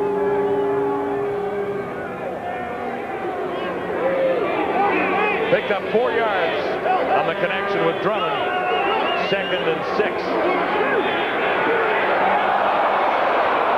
And will get out of there looking for the first down, and he comes up with it by about a foot. If it's an ankle or a hamstring, I think it looks pretty healthy right now, because as he left the pocket, Tracy Ham had a real burst, and I mean, that wasn't a burst for a guy who was hurting physically. You'll see when the heat starts coming, and as he steps up, watch this burst starting right here. Now, boom, he takes off, and those first few strides are a real good push to get away from Lubo Zizicovic, and then he outruns Kenny Walker to get the first down. Did you see Anthony McClanahan coming in there right up and over the high hurdler? Yes, absolutely. That was quite a play. Didn't quite get there, but it was spectacular. On first down, Ham stands in, looks deep, has a man. It's going to be he dropped it. and this is Knox picking it up. Absolutely amazing. You want to see that one again? Mark Orlando was headed to the end zone, and then he dropped the ball. There's been a lot of goofy things happen in one half of football with all the turnovers and everything, and Mark Orlando, who's the 5th receiver, has not had a lot of playing time, gets his chance, and this is a beautifully thrown football by Tracy Ham. Looks off the middle safety, Greg Knox, so there's lots of room for Orlando, and whoa. Maybe he never had control of it. He took a couple of steps. No. That was a catch. Well, it was a catch, but I mean, he wasn't in complete control of the football, was he? I mean, it was bouncing around a little bit on him. Well, nevertheless, Knox gets it, and the Stampeders really dodge a bullet. You look at the bad breaks the Stallions have had in one half of football. 14 points worth of bad breaks. Vaughn coming out of the backfield this time. Lane opens up down the sidelines, and another substantial gain before he's pushed out by Matt Goodwin. Orlando took a couple of steps with the ball and then dropped it. Fumble recovered by Greg Knox, and that sets the Stampeders up. Life's embarrassing moments. Ask Paul Mazzotti about that. Oh, yeah.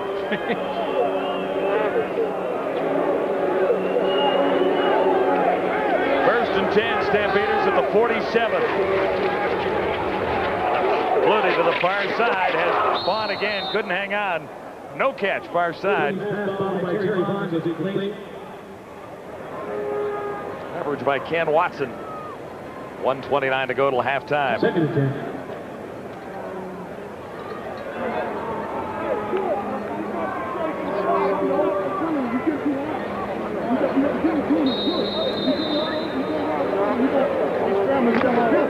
Stampeders on top, 17-13. Flutie would like to add a little more to that advantage as he heads to the dressing room. Now 2nd and 10.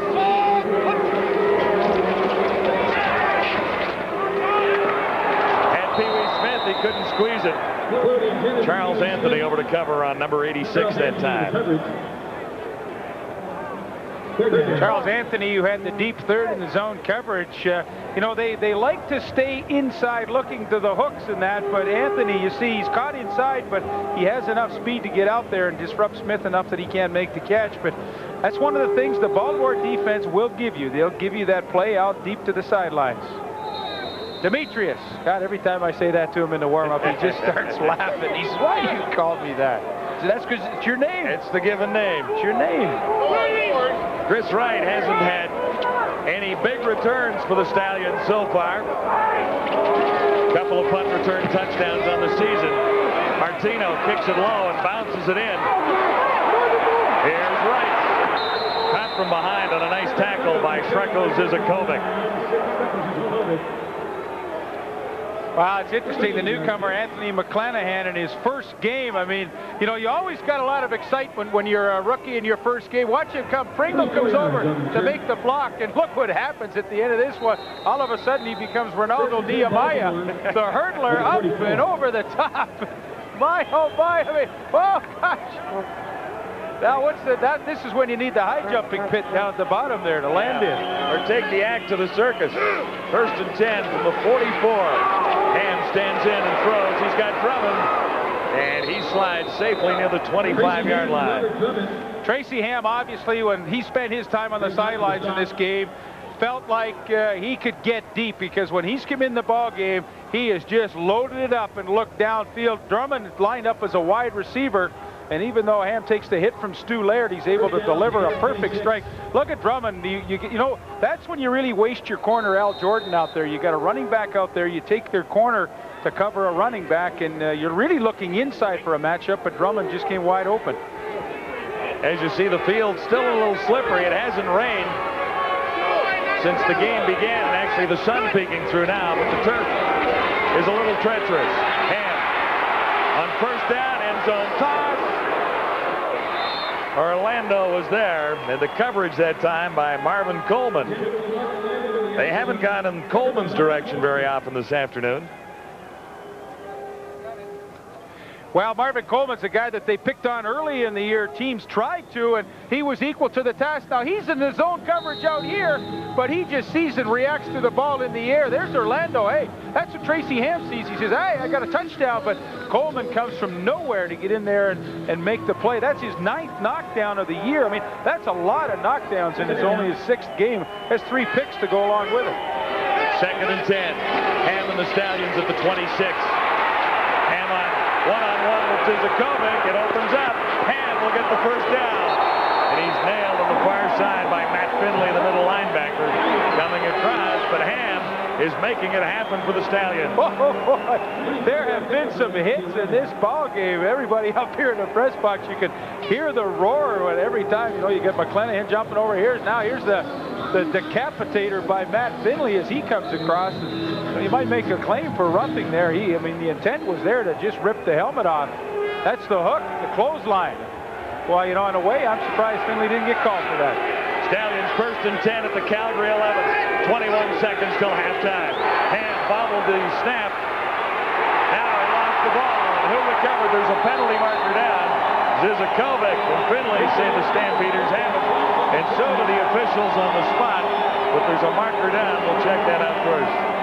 Holding, Baltimore number 27, decline. First down, Calgary. Well, one of the things Calgary has done with Marvin Pope is when they moved him from linebacker, he has come up and he's played all over the place. This time he's in a tackle, he's played the rush end, and watch how quickly he gets through. It's Pringle that has to try and pick him up, and he just fights off Pringle so quickly and knocks the ball loose from Tracy Ham, and yet another turnover in this ball game. I think it was McClanahan with the recovery. Anthony McClanahan, and this play was bad for the Stallions from the start. Ham bobbling the exchange and never really got solid control of it again. But you see the blocking schemes of Baltimore, too. They really don't know how to consider Marvin Pope. Is he a linebacker or a lineman? They considered him a linebacker there because Mike Pringle took him in the blocking scheme, and that is a big mismatch. Stampeders content to run the final few seconds off the clock. It reads unofficially at 11 right now. You know, John, we saw that the other night with Saskatchewan with Bobby Jurison, you know, normally a rush end. They moving him around like a linebacker now, and you do create those mismatches, you know, big man on small man, and Marvin Pope got the ideal situation and got the turnover. That'll do it for the opening half, and we saw just a little bit of everything in the first half of football here at McMahon Stadium. Stampeders out on top of the Baltimore Stallions, 17-13. Too many turnovers to make it good football, but it was certainly entertaining. The Stampeders uncharacteristically fumbled the ball 3 times, and Flutie tossed 1 interception. Baltimore fumbled a couple of times, and certainly the turf here at McMahon, part of the problem because it has been raining. It rained overnight, but it has not been a major factor as far as game conditions are concerned, although it is a little slippery. So Don Matthews heads to the dressing room, trailing by 4 points. It looked for a moment in the final minute or so as if the Stallions would have the opportunity to go to the dressing room with the lead set up at the 11-yard line. Look at the North standings and what's on the line for the Calgary Stampeders here this afternoon. Calgary unbeaten with 5 straight victories, followed by the BC Lions, the Eskimos losing to Baltimore earlier in the week. Ticats are back to even at 3-3. Toronto at 2-4, and Winnipeg a disaster yesterday in Shreveport dropping down. Baltimore leading the way in the Southern Division standings with a 5-1 record, followed by San Antonio, then Birmingham, Memphis, and Shreveport. All right, now at halftime at McMahon Stadium, we send you back to CFL Control and Darren Detition.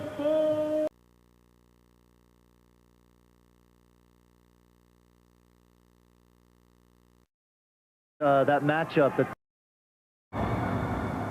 20-foot baskets, 300-point games, 100-yard courts. In the future, athletes will make the game faster, farther, tougher.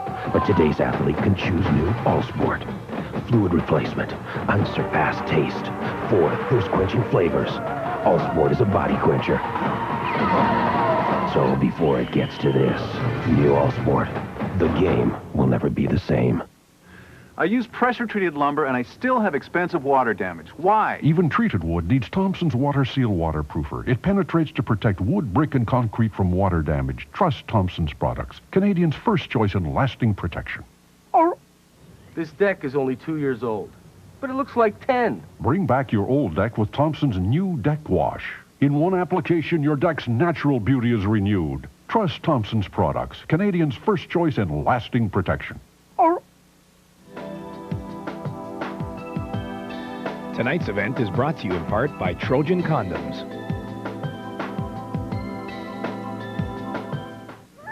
Ah, Sunday. Perfect for putting your feet up or taking a jog around the park. Kick back with Sunday Night Baseball. Catch the Red Sox and the Blue Jays on TSN.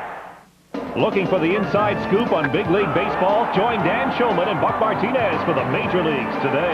Insight and opinion about the boys of summer. The Major Leagues Today. Catch it weekdays on a TSN sports radio station near you.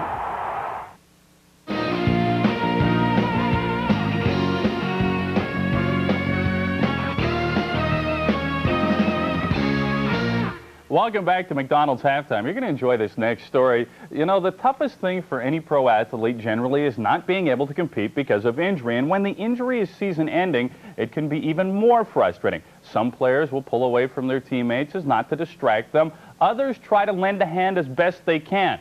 That's the case with Bruce Covington of the Stamps. The veteran offensive lineman, otherwise known as Tuna, is gone for the season with a shoulder injury. But he's still with the team, day in and day out. This week, we caught up with Bruce and his camera, known as the Tuna Cam, at a Stamps practice. Hey, well, what is this? Let a professional handle this. I got the Tuna Cam right here. You take the day off. I'm going to handle this today. You just get out of here. Well, the boys are out practicing. It's tough for me not to be here, but, you know, you're still part of the team when you're an injured guy. So this will be a good opportunity for me to take you guys inside the locker room. We'll just walk over here. It's always nice for people that don't know what goes inside the locker room. This is sacred ground, though. This is Stampeders only. So we'll just go in here. Only the Stampeders allowed in here. We're the only guys allowed in here. There's Stampeders, players, and stuff like that. Who are you? It's me, Mark. It's Bruce. Hey, it's Bruce. Stampeder locker room. But I'm a player. Players only. Players only. Get out of here. They're just kidding. I'll Get out of here. No, I can come in there. No. And get your sloppy body out of here. Sloppy? Both? Fish that can't swim. Why can't I swim? Because you're a fat tuna. These guys got good language. Those Lubos. Noxie. Finn, you miss me? Miss me out there? I can see right through you. You're so skinny, man. I look good, though. It's my new diet. I know AJ misses me. Yeah, you're a fish that swims in circles. Why do I swim in circles? Because you got one fin. One fin? Yeah. How are you handling the loss of Bruce Covington? Bruce who? Covington. Tuna. Tuna? He's the Tuna. You don't know? You never heard of him? Well, I remember some guy named Bruce. Number 60? Number 60, oh yeah. Yeah, he, old guy. Oh, bad body. What's wrong with him? Old, bad body, not very smart, not very tough. You know, likes to play in Winnipeg, though. One of the best games in Winnipeg. Had no hitters. So how do you feel about Covington being out of the lineup, Flutie? It's got to hurt. Are you scared out there? Sucks. Yeah? Yeah, your record's suffering from it. You really haven't thrown for many balls since I've been gone either. Oh, I kind of like it. You got no yards. I kind of like it. I actually kind of like it. You like that I'm gone? Well, then again, I like cold toilet seats. So. Well, here we go. Stu Laird, the king of kings. Stu and I have had many a battle in our 4 years, but he misses me bad. Stu, what do you think? Miss what? You miss me. It's me, Bruce Covington. We're going to take up a collection so that you don't even have to get your treatments here. That way we don't have to see you till next year at training camp. Why is that? Don't you guys, I thought you loved me like a brother. We love you like a reptile. What does that mean? You start slithering away. You're on the field. There's players playing here. You should not be. No media on the field in between us and the players. You media guys get hurt all the time.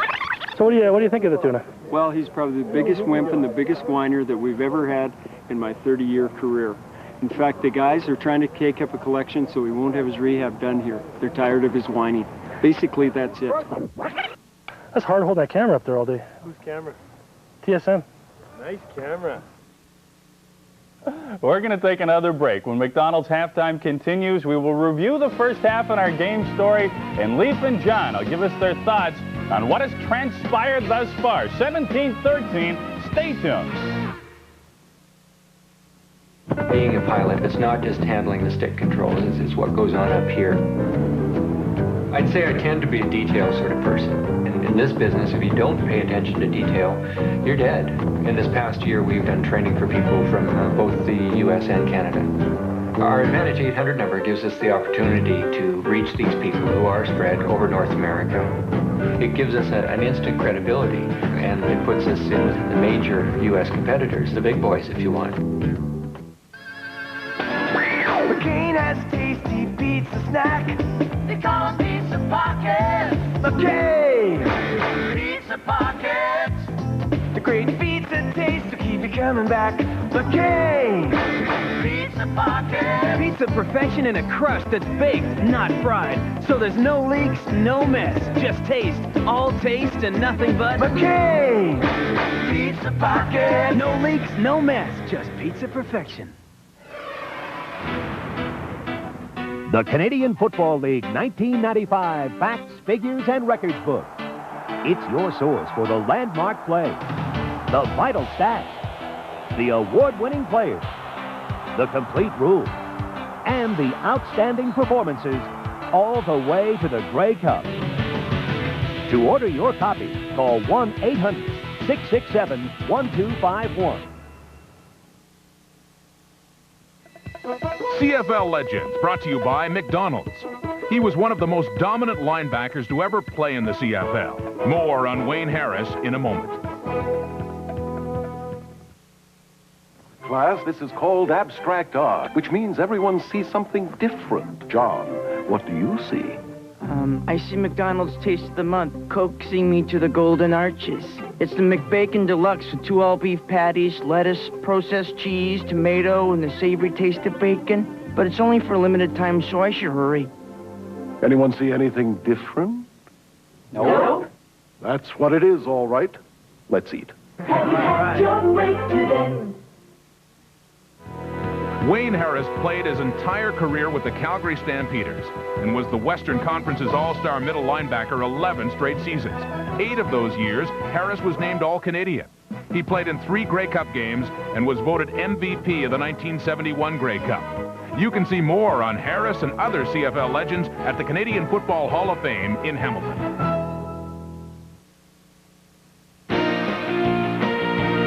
McDonald's Halftime, brought to you by your local McDonald's restaurant. Welcome back to McDonald's Halftime. Our game story reads like this.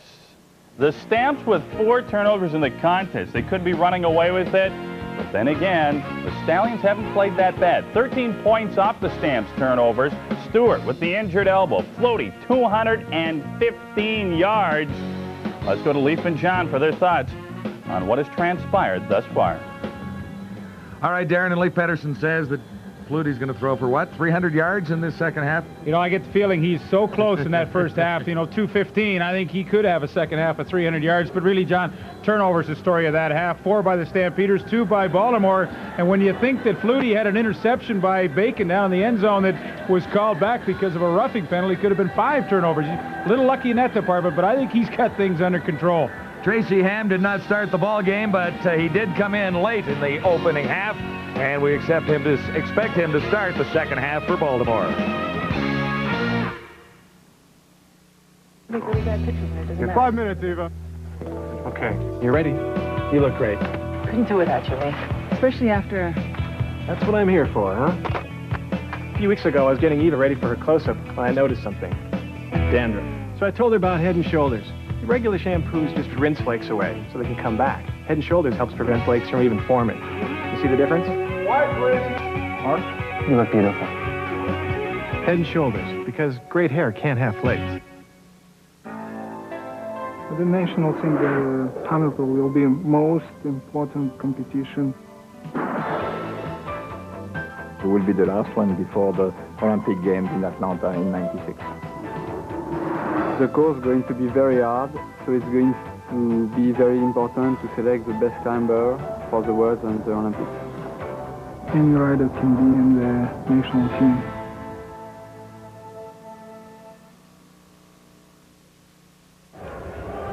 Well, it wasn't a classic first half of football, but full value leave for entertainment with all the turnovers and all the strange goings-on. Stampeders on top, 17-13, second half underway. And this is Chris Wright, ready to break one this time. He's out near the 40-yard line. Stopped by Alondra Johnson. Numbers from the opening half of McMahon this afternoon. Passing yardage, 215 for the Stampeders. 245 net yards compared to 178. Stampeders turned it over 4 times, and Baltimore got 10 points as a result, direct result of those turnovers. And Tracy Ham, when he came in the second quarter, decided that he was going to go deep, and he went downtown a couple of times and should have had one touchdown to Mark Orlando and hit Robert Drummond again on another one. So he saw something that he could get down deep. Ham faked the draw and then fired over the middle out near midfield and grabbed there by Reggie Perry, number 16, covered quickly by Greg Knox. Tell you what, Wellesley, if you like boxing, it was a pretty good show at halftime. Ralph the Dog and Harvey the Hound, and Harvey the Hound takes a right uppercut, and he is counted down. Look at Ralph adding in some steps on him and everything. Brett the Hitman Hart was doing the PA on that one. I would say it was an upset. You don't think he said, let's get ready to rumble? First and 10.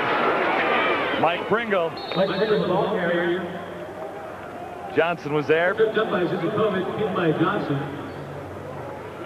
Pringle runs behind a very effective offensive line. Ron Matthews very pleased with the play of one of the newcomers up there, Mike Withicombe, who's not exactly a raw rookie to professional football, but he's in his rookie season in the Canadian Football League. And what's so tough for a defense with Mike Pringle? Pringle's only 5'9", but he's almost 200 pounds, but he just hides in behind those enormous offensive linemen. He's a tough guy to find for the defense. Drummond gets the call on 2nd and 4, and he's close to the first down. Should have it on the far side of the field. 6 yards for Robert Drummond, who's the secondary ball carrier in the Stallions' backfield.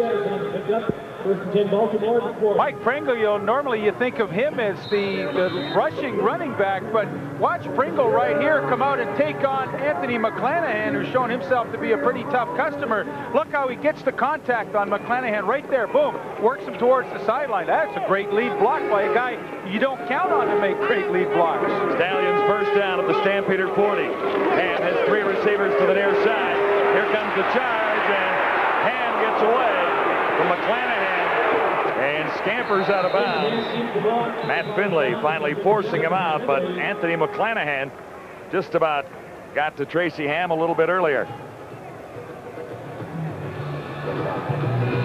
Well, there's no secret. When you play against Baltimore, you better get ready to try and stop the rush. That's what they do on a day-to-day basis on the left, but today only 52 yards. And, I think a lot of that was time of possession in the first half. Calgary had the ball a lot longer than they did, and I think Tracy Ham, there's no question, he has the right kind of field position today. In the second half, you're going to see him really mix it up, and I think Mike Pringle's going to handle the ball a lot more than he did in the first half. In the end of the previous play, Ham actually lost a yard, making this 2nd and 11. 2 receivers on each side. Ham operating from the shotgun. And that one, not anywhere near a receiver. The closest Stallion to the ball was Mark Orlando, who's likely still thinking about the touchdown that should have been in behind the cover. Took 2 steps with the football and then lost it. Stampeders quickly recovered. One of the things the Stampeder defense does is they just move so many people around. Now this time there's Alondra Johnson inside, and he's going to take on the offensive lineman, and look what he does. They let him go through, and now it's Pringle that has to pick him up, but Johnson has a full head of steam when Pringle has to block him, and there's no way he can keep him off his quarterback. That's a tough assignment for those Stallion backs this afternoon. Carlos Huerta. And this field goal try is wide. Stampeders elects to give up the single point. Pee Wee Smith looked like he was heading out of the end zone, and now decides to give up the single point and take field position instead.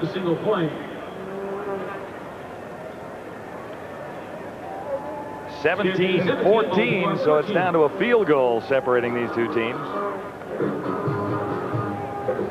Numbers on Doug Flutie from the opening half: 18 of 26, 215 yards, 1 touchdown, 1 interception, And he ran for a 9-yard touchdown himself. You know, John, at halftime I said that I thought Flutie could throw for 300 in the second half, and I mean, that is not a knock on the Baltimore team. I just think that Flutie was so close a couple of times and seems to just, when he's out there right now, have such a grasp of what Baltimore's doing on defense, and the fact that they're thin in the secondary, I think that they can have a really good half through the air. He's got 5 receivers in. Looks to the far side for Sapunjas. He's run out by Tracy Bradley. Terry Vaughn was the big receiver for the Stampeders in the opening half. And you can expect that Sapunjas and Pitts will get the ball a little bit more here now. Well, these are the projected numbers for Alan Pitts and David Sapunjas. Now, keep in mind that last year Pitts had the record with 2,036 yards, so both of them would eclipse his mark if they stay on this current pace. Flutie looking for an opening and decides to surrender. Bayless was there, and he was pinned as well by Alfred Payton. Payton took a pretty good shot at Flutie when he was down on the ground. And, you know, a lot of times a quarterback, if he goes down on the ground like that, he's indicating that he's not going any further. And if you give him a shot, you're coming close to getting a roughing call. And I think it was a real fine line for Alfred Payton right there. That's his 9th sack, as you see, which leads the CFL.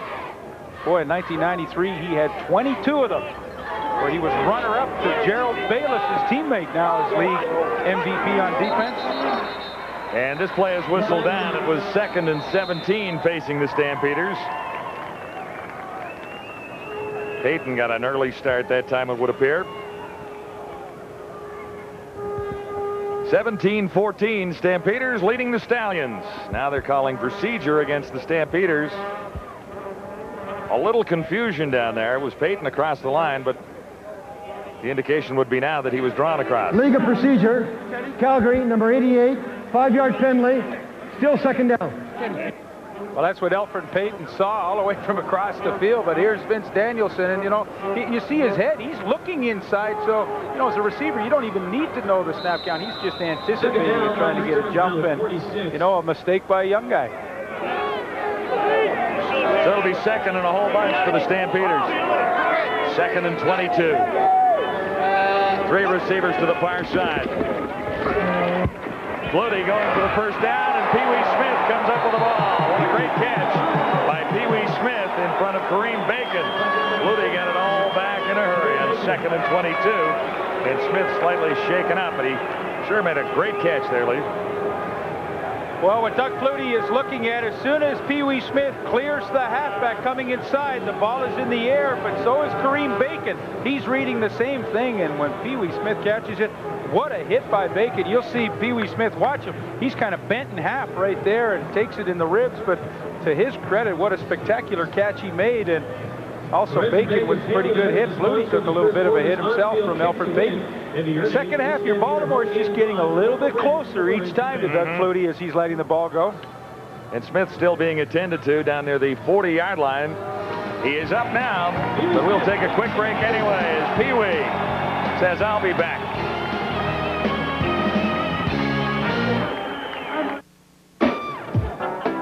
At the Keg, we welcome you to be our guest for a night of fun, steaks on the grill, and lots of juicy details.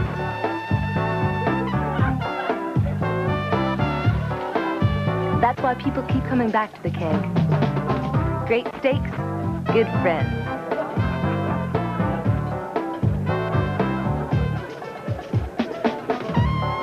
See you tonight. Hey, you want to know how to protect something? You wrap it up. You want to protect it? You wrap it up. So, you want to protect it? Wrap it up.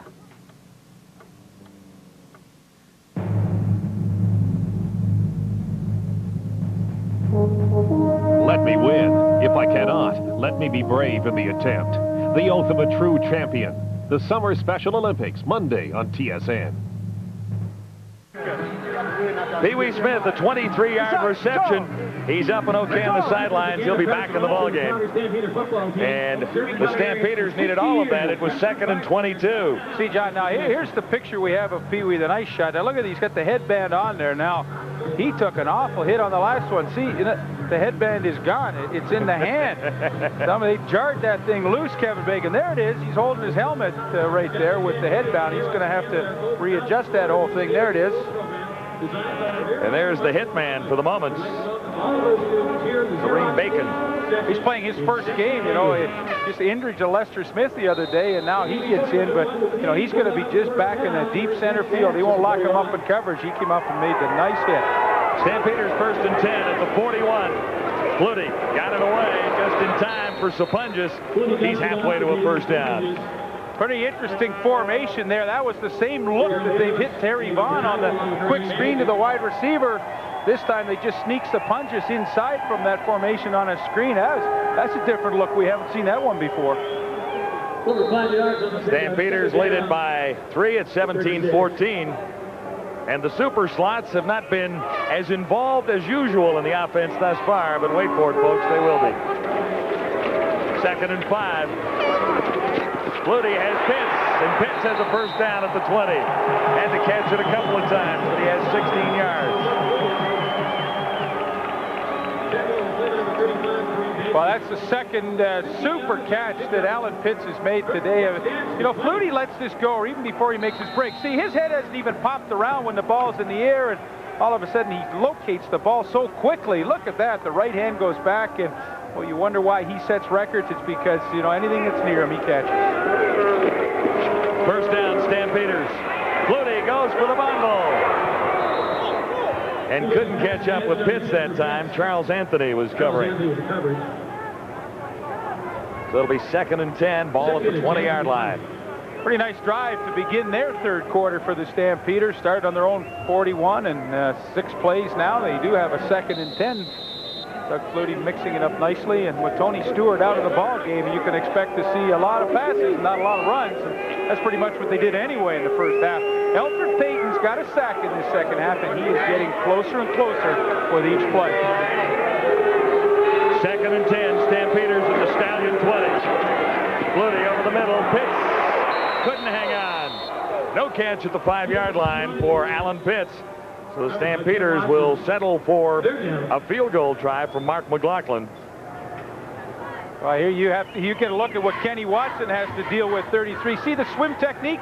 That's what offensive linemen use to get past or defensive linemen rather, use to get past the offensive linemen. But Alan Pitts has been able to incorporate that into his pass routes, and boy, he just throws all kinds of stuff at you. But for Kenny Watson, you see what he's faced with. Hey, whoa. Yeah, and he almost made the catch there. It was almost a remarkable reception. But when you think you have a guy of Pitts' physical dimensions and speed, and to have to chase him across the field is an enormous task. Mark McLaughlin from the 27 adds 3 more to the Calgary total. He has missed only 1 field goal all season long, clicking along about 92%. McLaughlin has been almost perfect. Stampeders on top by 6 now. It's 20-14.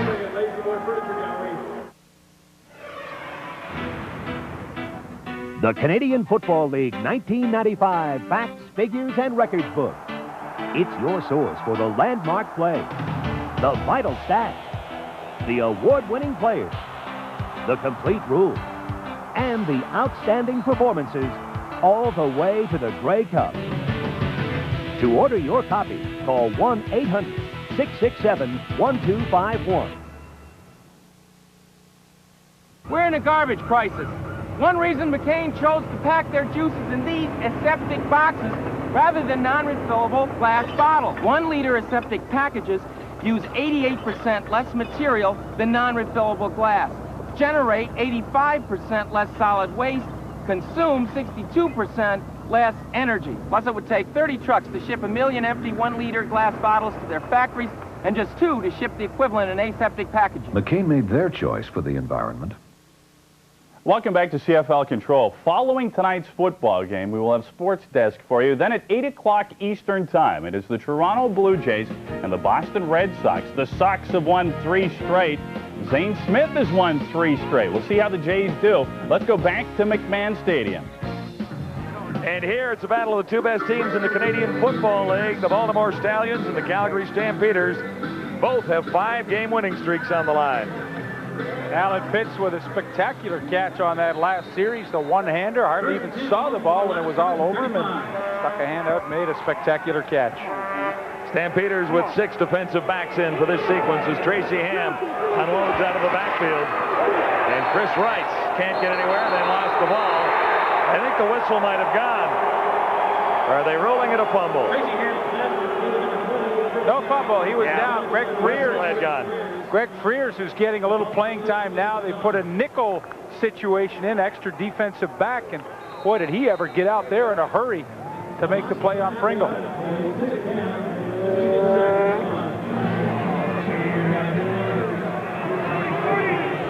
Second and 10 facing the Stallions at the 35.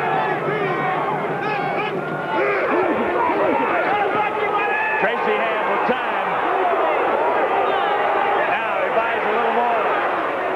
Looking deep, and this one is a free one for Marvin Coleman. Solid return for Coleman, who's out near the 50. And that's his 4th interception of the season.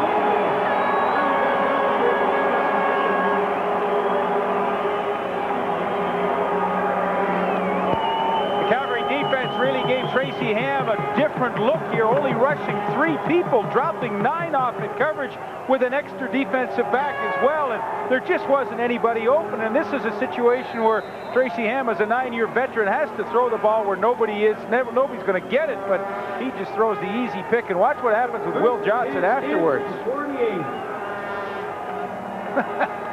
Tracy, get away from him, Tracy. Sean Daniels on a 1st and 10 situation at the 48 for the Stampeders. But you know, for Tracy Ham, you know, you look at that interception, and that's a defensive scheme that Baltimore has yet to see this afternoon. A very soft 3-man rush, 9 guys deep, and it results in the interception. But you know, they simply fooled Ham. You know, he wasn't willing to get rid of the ball. 6 yards for Daniels, making this 2nd and 4 Stampeders. Near side, and that's Alan Pitts with another catch. Tackled by Charles Anthony. Stampeders on top by 6. It's 20-14 at McMahon. Charles Anthony, when he's in man-to-man coverage, will give the inside receivers a fair bit of room, and here he's giving a pretty good cushion to Alan Pitts. And you know, when he's taking that inside shoulder of Pitts' away, he's pretty vulnerable to the out. That's a tough pass. There's no way that Anthony can cover it when he's taking that inside shoulder technique. 7th catch for Pitts. He has 84 yards. 1st and 10 for Flutie at the 51.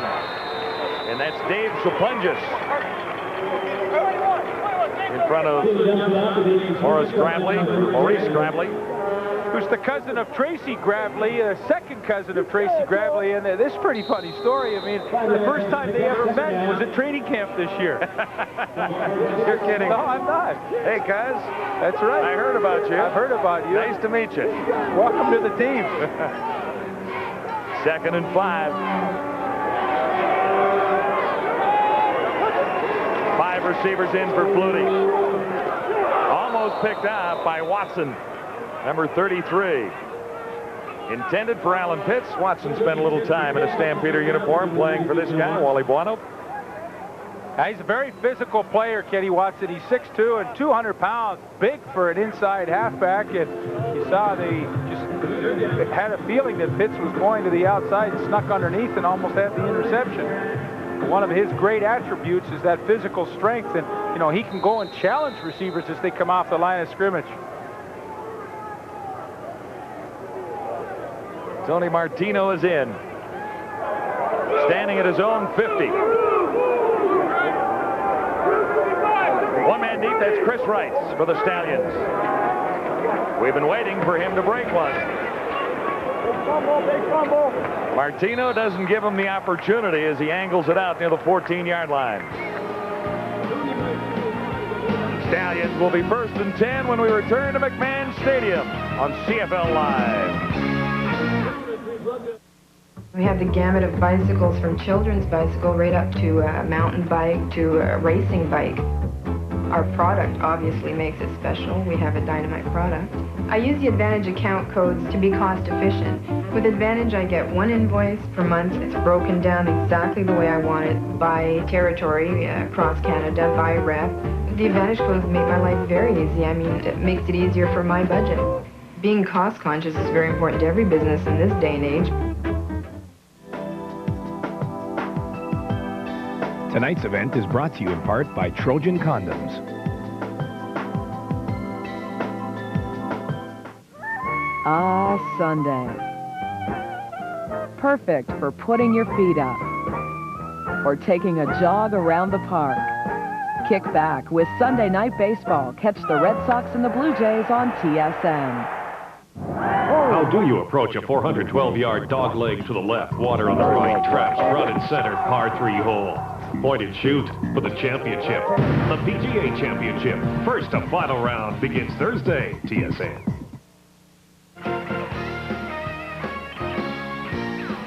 CFL Live, brought to you in part by The Keg, where good friends get together to enjoy great steaks and share some fun.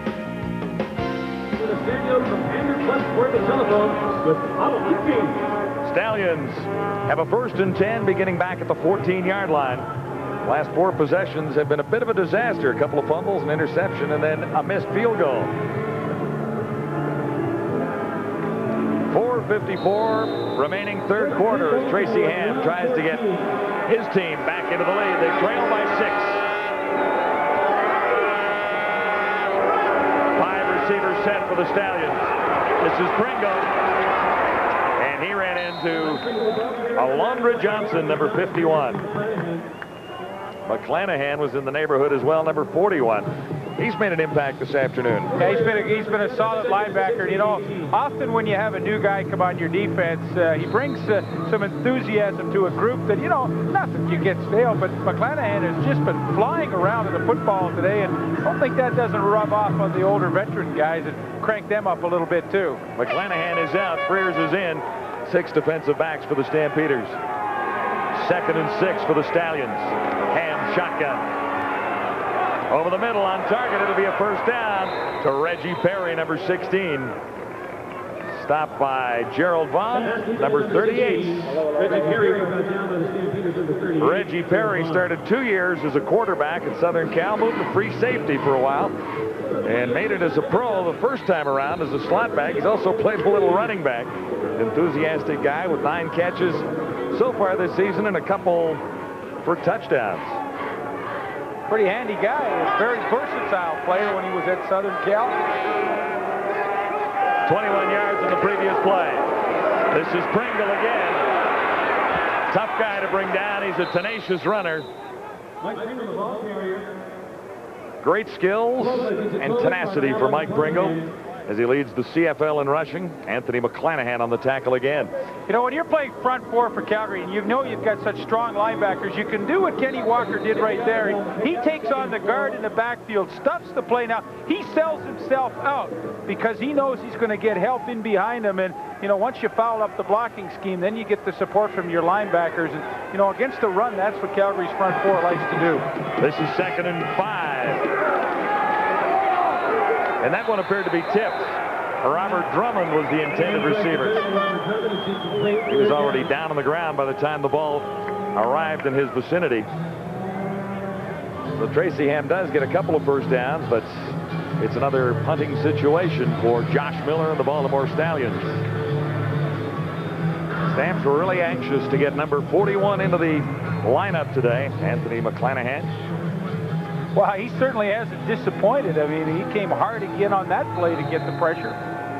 Terry Vaughn deep for the Stampeders. Standing back near his 20. High kick. Vaughn at the 18.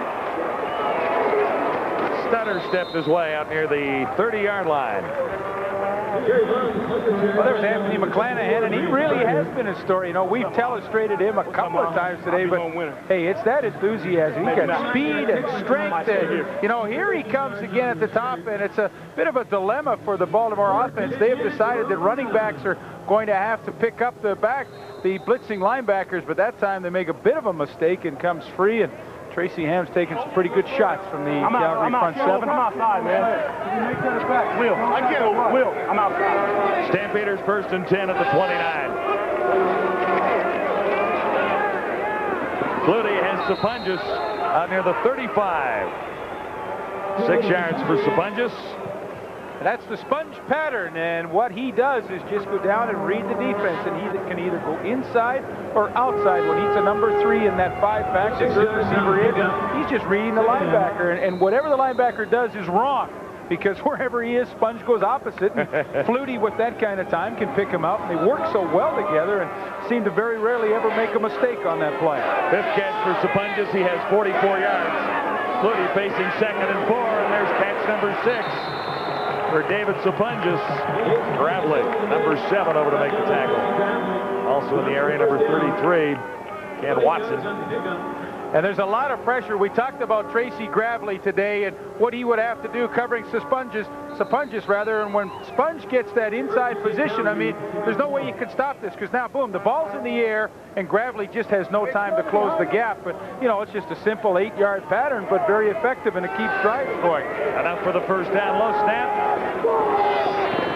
Hits the intended receiver and knocked down by Matt Goodwin, who had an opportunity to haul that one in himself. Now, a few years ago, Doug Flutie might have said to himself, hey, I'm going to run the football. Look, here, you're the quarterback right here. He's looking downfield.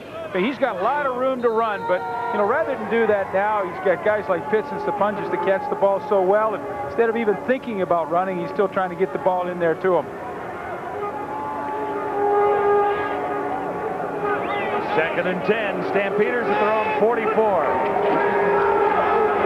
There you go. Just when you said he didn't think about running as often, it opened up. Flutie had a 9-yard run earlier for a touchdown. Things opened up that wide, and this time it's 15 yards. Well, the key for Flutie, you know, he sees Denny Chronopoulos right there, the left guard. There's the left guard. Boom. Everything caves in. My goodness. You know, that's a good situation to take off with. He could have done it on the last play, and don't think Doug Flutie didn't think about that when he went back into the huddle. He says to himself, if I see that again, boy, I'm going to take it, and he did. Another Stampeder first down as Flutie goes over the middle for Sapunjas, and he is inside the 40-yard line. 11 yards, stopped by Maurice Gravely that time. You know, John, I talked about this in the first half, and I think it's worth repeating. Flutie went to Edmonton last Wednesday night and watched Baltimore at Edmonton play, and he got kind of like a scrimmage session against the defense, because mentally all night he was thinking of plays he would use when he saw certain defenses, and boy, you really get the feeling like he's so comfortable out here in the third quarter. He's used 5 receivers most of the night. And this time it's Sean Daniels, just to mix things up a little bit. That should be the end of the third quarter with the Stampeders on top by 6. It's 20-14 with 1 quarter to go. McMahon in Calgary as we send you back to TSN Control.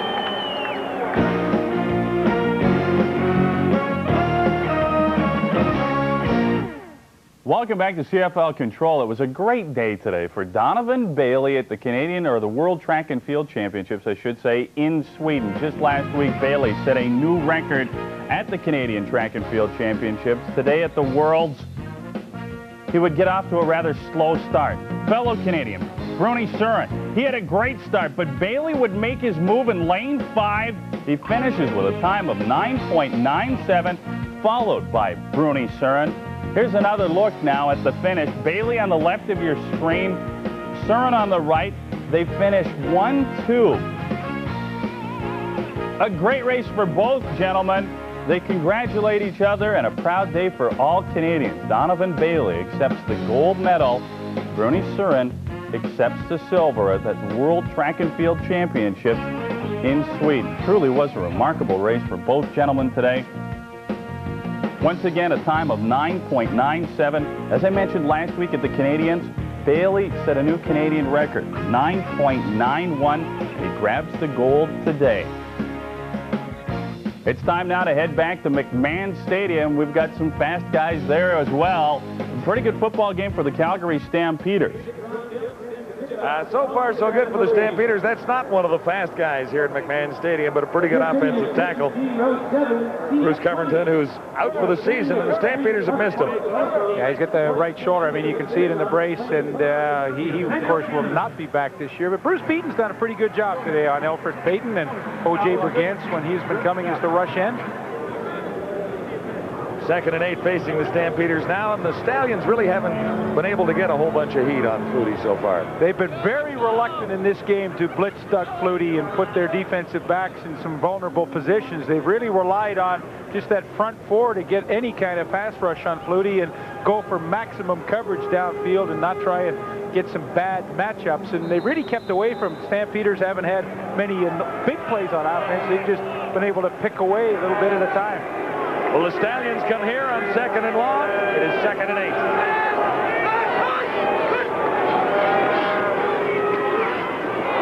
Batted down.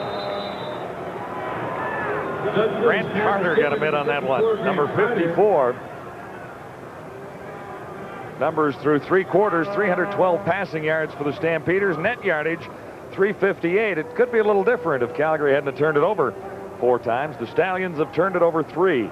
And the Stallions have had their defense on the field a lot at 3 quarters of football. Don Matthews knows that. His defense has been on the field for a lot of time. 8 more minutes in Calgary's favor in time of possession. And that's a lot between these 2 clubs in only 3 quarters. Mark McLaughlin hasn't missed but once all season long. This from the 45. Yes, sir. Mark McLaughlin is having a whale of a season. 15 field goals in 16 tries. He's hitting on 90%. A little better than 90%. Got the good stroke going right now. Doug Flutie gives him the good hold, and really his confidence is so high.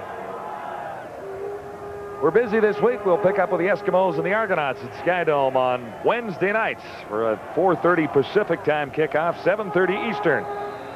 Lancaster and the Eskimos against Barrigelli and the Argonauts. Yeah, both teams coming off pretty frustrating losses. Of course, Toronto's to Hamilton, and Baltimore beat Edmonton at home, which doesn't happen to Edmonton that often.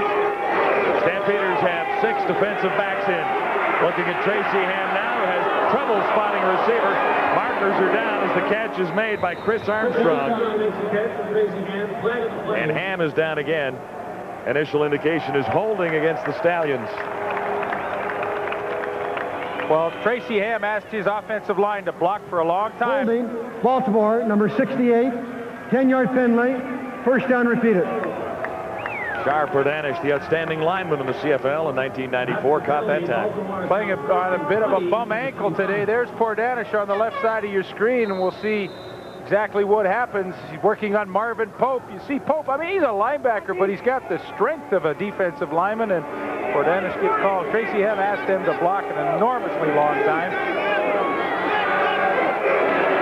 On 1st and 20, Ham swings it to Pringle. Pringle away from 1 and took a terrific hit from Alondra Johnson, number 51.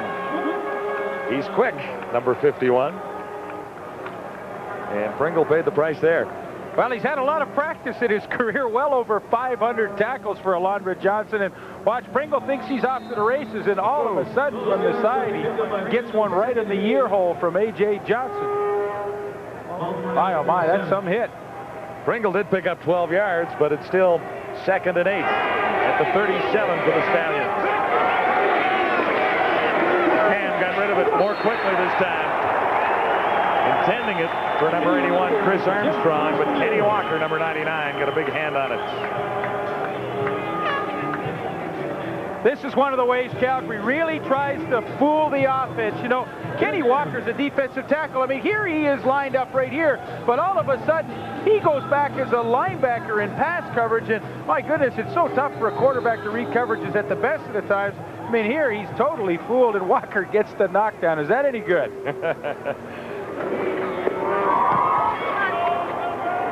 Stallions have to kick it away as Terry Vaughn waits at the 22.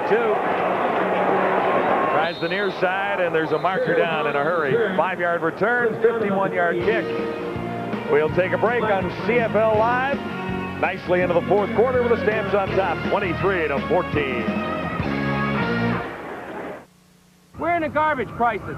One reason McCain chose to pack their juices in these aseptic boxes rather than non-refillable glass bottles. 1 liter aseptic packages use 88% less material than non-refillable glass, generate 85% less solid waste, consume 62% less energy. Plus, it would take 30 trucks to ship 1 million empty 1-liter glass bottles to their factories and just 2 to ship the equivalent in aseptic packaging. McCain made their choice for the environment. Coming August 15th, the top ranked, the thrill of the course, the defending champion,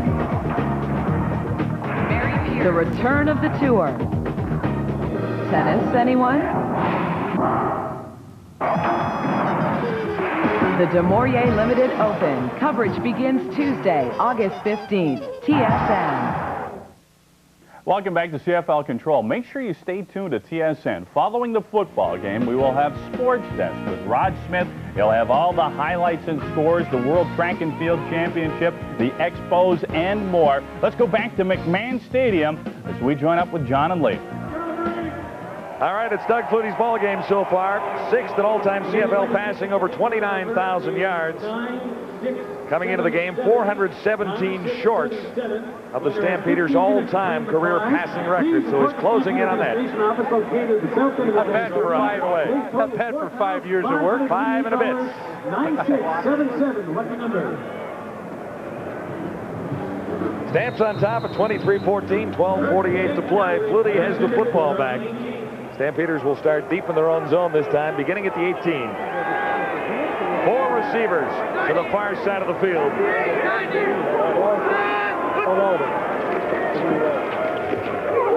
Swings it out for Bond, and there's a marker down in a hurry as Bond takes off. Another marker down near the 30-yard line.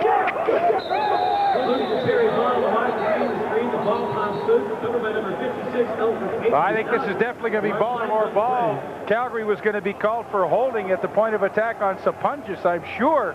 So this play will stand, and Baltimore gets yet another Calgary turnover.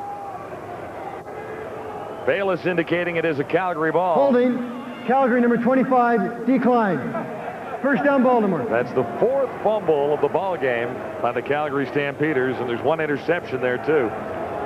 You're going to see the fumble here. Again, Baltimore so good at stripping that ball loose. You know, I mean, that isn't something that just happens as a fluke. I mean, these guys are really trying to do that today, and Bacon stripped it loose. Peyton with the recovery, and boy, with 5 turnovers, you know, and only 14 points to get from all of that. I mean, that's just not enough. But for Peyton, nice play. And Tracy Ham set up at the Calgary 42. Ham escaped the initial pressure. Now tries to outrun Johnson, and he can't. Alondra Johnson ran down Tracy Ham.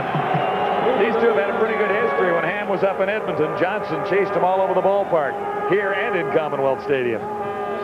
Well, Alondra Johnson, you know, talk about speed. When he was in high school, he was a kickoff and punt return man. So, I mean, you know he's got speed, and he is spying Tracy Ham right now. This is spy technique. If he breaks the pocket, that's his man, and watch the speed as he closes the gap right here. And, you know, a guy that had over 540 tackles in his career. Unbelievable.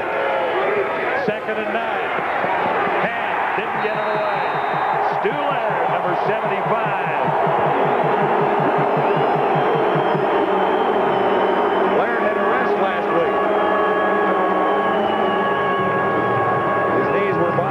So he took a week off, and he's back with a vengeance here.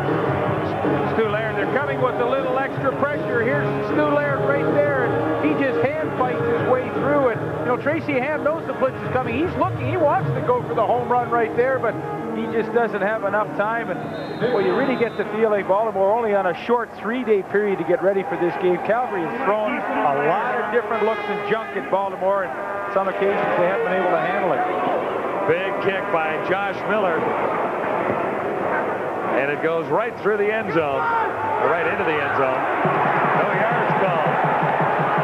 As Pee Wee Smith lured one of the Stallions into his zone. Grant Carter. Josh Miller's punt travels into the end zone. Pee Wee Smith picked it up, stepped out of bounds. A booming 59-yard punt by Josh Miller.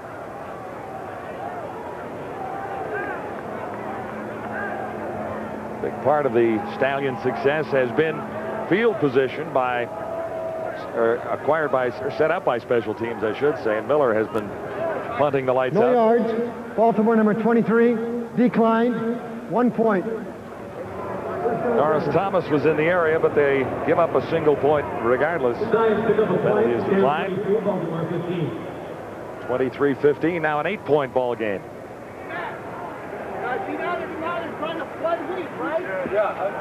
Terry Vaughn with that piece of tape over the nose that the players insist really helps their breathing and oxygen intake throughout a game. I gotta try that thing one time. Maybe you should put one on when you go on one of those long jogs of yours. No, I gotta put one on when I walk up these stadium stairs to get to the press box. But the players are convinced that that really does help them.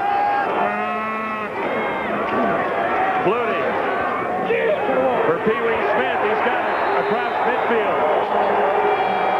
Courtney Griffin made the tackle, 23 yards for Pee Wee Smith.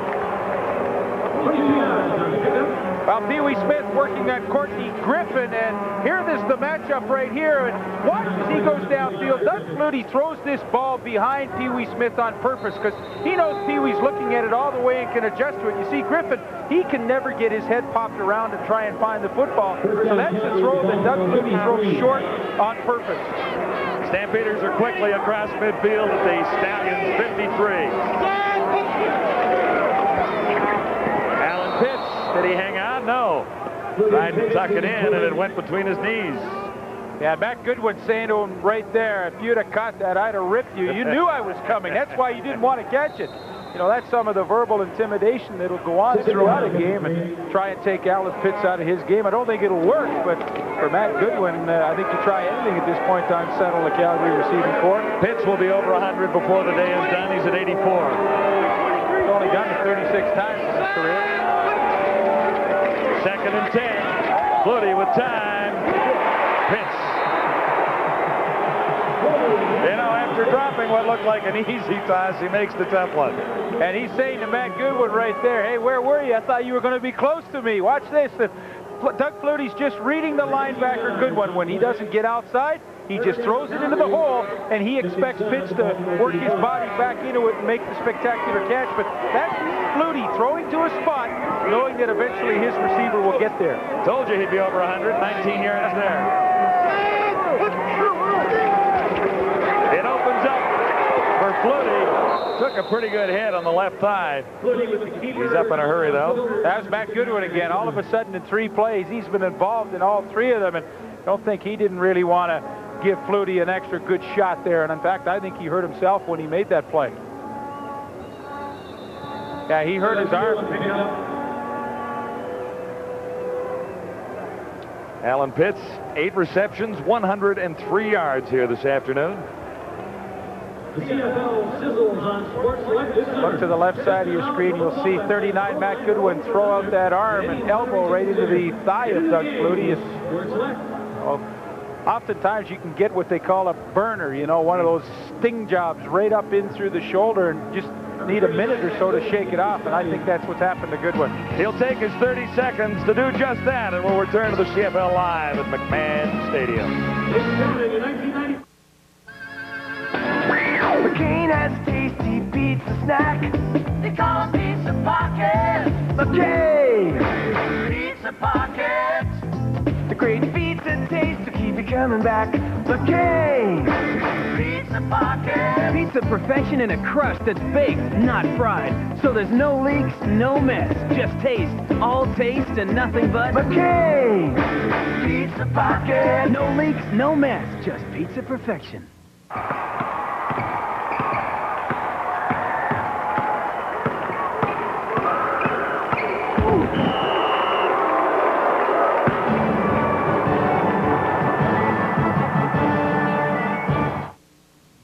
At the top of your game, you think to yourself, this is for the championship. This is all that you're here for. Forget about those other guys coming up, or the ones in the clubhouse adding up their misery. This is your day. Your turn to taste sweet victory. This is your game. The PGA Championship. First, a final round begins Thursday. Tee to Ah, Sunday. Perfect for putting your feet up or taking a jog around the park. Kick back with Sunday Night Baseball. Catch the Red Sox and the Blue Jays on TSN. That's the story, 23-15 with 8:32 to go in the fourth quarter. Stampeders looking at 2nd and 8. Flutie will get it himself. Trying to outrun Gravely, and Gravely saved the first down there. And that Flutie had room to maneuver, but Gravely closed quickly and limited it to a 5-yard gain. Well, you look at the offenses this year, what they're doing per game. Calgary, fantastic, 464. So is Baltimore. Boy, today, Calgary right up there. Baltimore under their average per game. Calgary, that's a lot of yardage for only 23 points. Mark McLaughlin on for a 35-yard field goal attempt. Here's Mark McLaughlin into the game. This will be spotted by Flutie at the 35-yard line. McLaughlin, another perfect day. 3 for 3.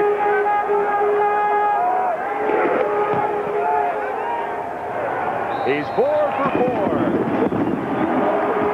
Stampeders now with 27 points up on the board.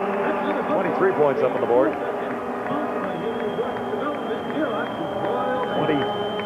26-15. Well, Doug Flutie is the holder for Mark McLaughlin, and you can see how important that is to the success that he will have. And boy, you don't do it any better than that. No laces for McLaughlin to have to worry about seeing. Just another little dimension that Doug Flutie gives this team.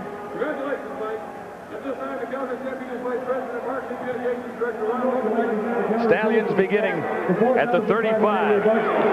Here's Tracy Ham swinging it out to Mike Pringle, and Pringle is nailed by the new guy, Anthony McClanahan, who has really made an impact. Well, in principle, it's a good call. You want to give it to a guy like Mike Pringle that can make a lot of linebackers miss. But Anthony McClanahan has really shown himself to be an excellent linebacker, and they just can't get out to get the block on him. Pordanish can't get out that far, and there's no way Pringle's going any further, but McClanahan has really shown some stuff today. 2-yard gain, 2nd and 8, Baltimore. Ham may not get it away. Lost the ball. Picked up by Finley. And he stopped at the 25. Well, you can see that one coming. Will Johnson came off his block. Tracy Ham had no idea where he was, and he strips it loose. Finley gets it, and yet another turnover in a game that has had a bunch of them. But Will Johnson kept working. I mean, here's it. It's Marvin Pope actually at the top of the screen. Watch as he comes up there, and then he will reverse the field when Tracy Ham breaks containment. But, you know, 91-81 sometimes is tough to pick, but Tracy Ham has no idea that Pope is coming full tilt from behind him, and, you know, he's thinking strip the ball loose, too. Well, what a defensive adjustment this has been to have Pope as a rush in and McClanahan in there. I mean, this is all of a sudden a much better defense. Stampeders get a chance to add more. Alan Pitts missed that one. Set up with a first down at the 25-yard line as a result of another turnover. Third fumble by Baltimore. Pitts has dropped a couple, too. 37th time he has had a 100-yard game in his career. 11 last year, 4 already in 95. 2nd and 10. Flutie escapes. And he'll be pretty close to the first down. Took one last long stride for a 10-yard gain.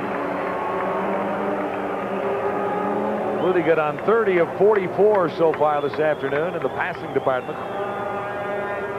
Gets by Gerald Bayless there, and then that little extra stretch. Don't think he didn't know where the first down yard marker was, and got it by a couple of inches. And he's carried 7 times for 32 yards, including the 9-yard touchdown in the first half. First downs. The Stampeders have 3 times as many as the Stallions. and 10. Stampeders at the 15. Alan Pitts tried to make the impossible catch as Flutie had to rush the throw. Little heat coming from Alfred Payton. Well, they try and fake Payton and get him to come down the line of scrimmage, but he's having no part of it. He's seen this on film, that is the favorite play of Doug Flutie's when he gets down around the goal line, so he stays at home and forces Flutie to throw the ball away. Pitts went after it, though. 2nd and 10. Stampeders at the Stallions 15. Flutie, end zone, Pitts couldn't make the catch. Alan Pitts checking up those gloves. Well, he really works hard on Kenny Watson, setting him up with a little motion at the snap of the ball. Watch the hard move inside to get the hips turned, but the speed turn of Kenny Watson, that's super defense. And, you know, Pitts just couldn't hang on to the play. Good effort, but, you know, for Watson, that's pretty fast speed turn he made to be there. Might not have made the play had the ball been a little better thrown, but nevertheless, pretty solid coverage, and Pitts almost had another one. Here's Mark McLaughlin. One more try. 4 for 4. Now 5 for 5. So the offense has stalled a little bit. Mark McLaughlin has come through and kicked 5 field goals. The Stampeders lead at 29-15. Our favorite product is a new product we just put on the market, and it's Canadian-style veggie back bacon. Creating something totally new that didn't exist before. Long distance is a major expense in our company. The Advantage saving plan is much more competitive, and based on the last 4 or 5 years, our price have come down 35 to 40%. And it saves us money we can reinvest in R&D and in expanding the distribution of our product.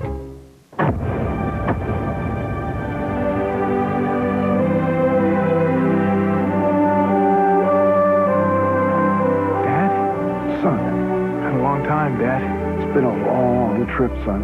How about throwing me a cold one? Just like old times, huh, Dad? Just like the old days. This isn't a Pepsi. I know. I saved 9 cents. Unbelievable. Kid saved a lousy 9 cents.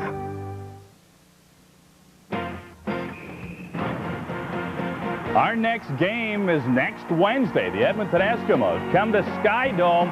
All their razzle-dazzle. Lucius dancing into the end zone. We'll have that contest against the Toronto Argonauts. 7:30 start Eastern Time. Once again, it's Wednesday, August the 9th. Let's go back to McMahon and John and Lee.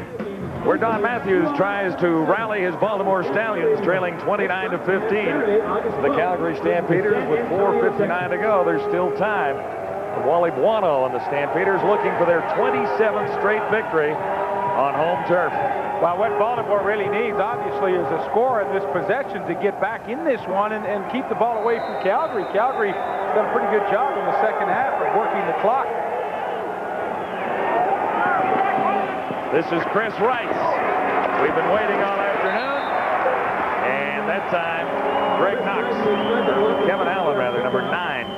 Led the Stampeder tacklers, and there was nowhere to go. Chris Rice. Boy, John, you look at these teams playing today, a lot of all-stars involved. Those were the all-Canadians a year ago with the Stampeders. That's a lot for one team, but all of them very deserving. And for Baltimore, they had their share too. Mike Pringle and Fordanish was voted the outstanding offensive lineman in the league. Josh Miller, of course, the punter, and Irvin Smith, a terrific corner. Funny, Irvin Smith was with Saskatchewan and Hamilton, couldn't stick with them, but he goes to Baltimore and becomes an all-Canadian. You figure that one out.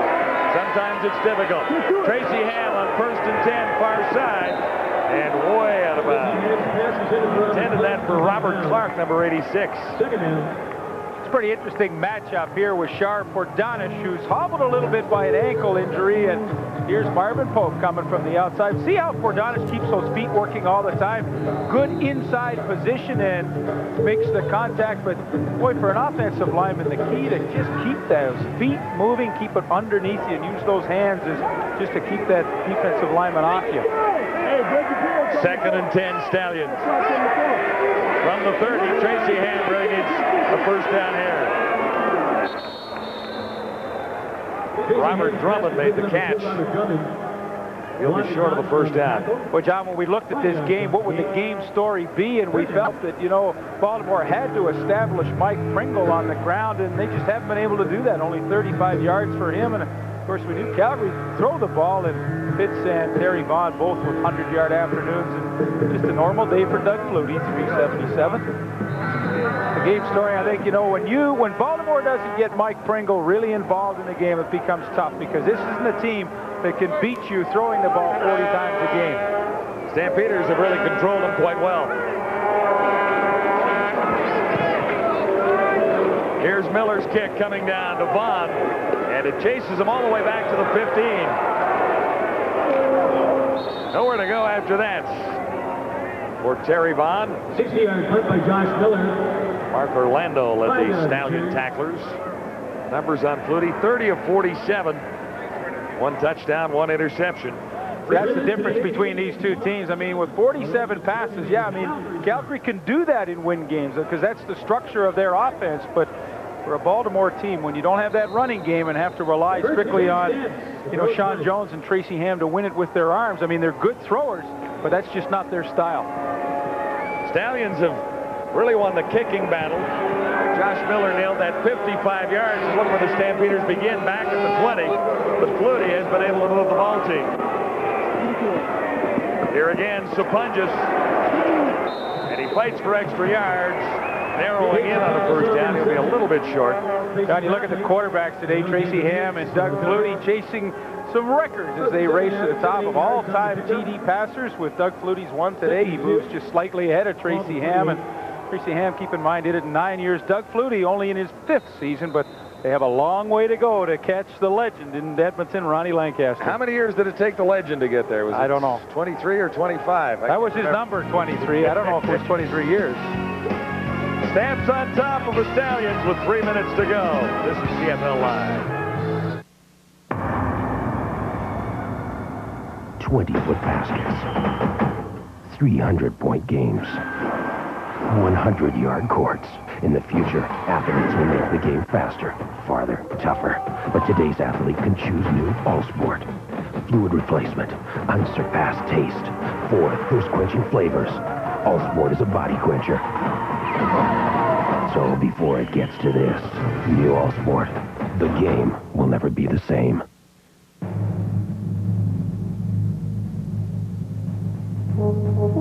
Let me win. If I cannot, let me be brave in the attempt. The oath of a true champion. The Summer Special Olympics, Monday on TSN.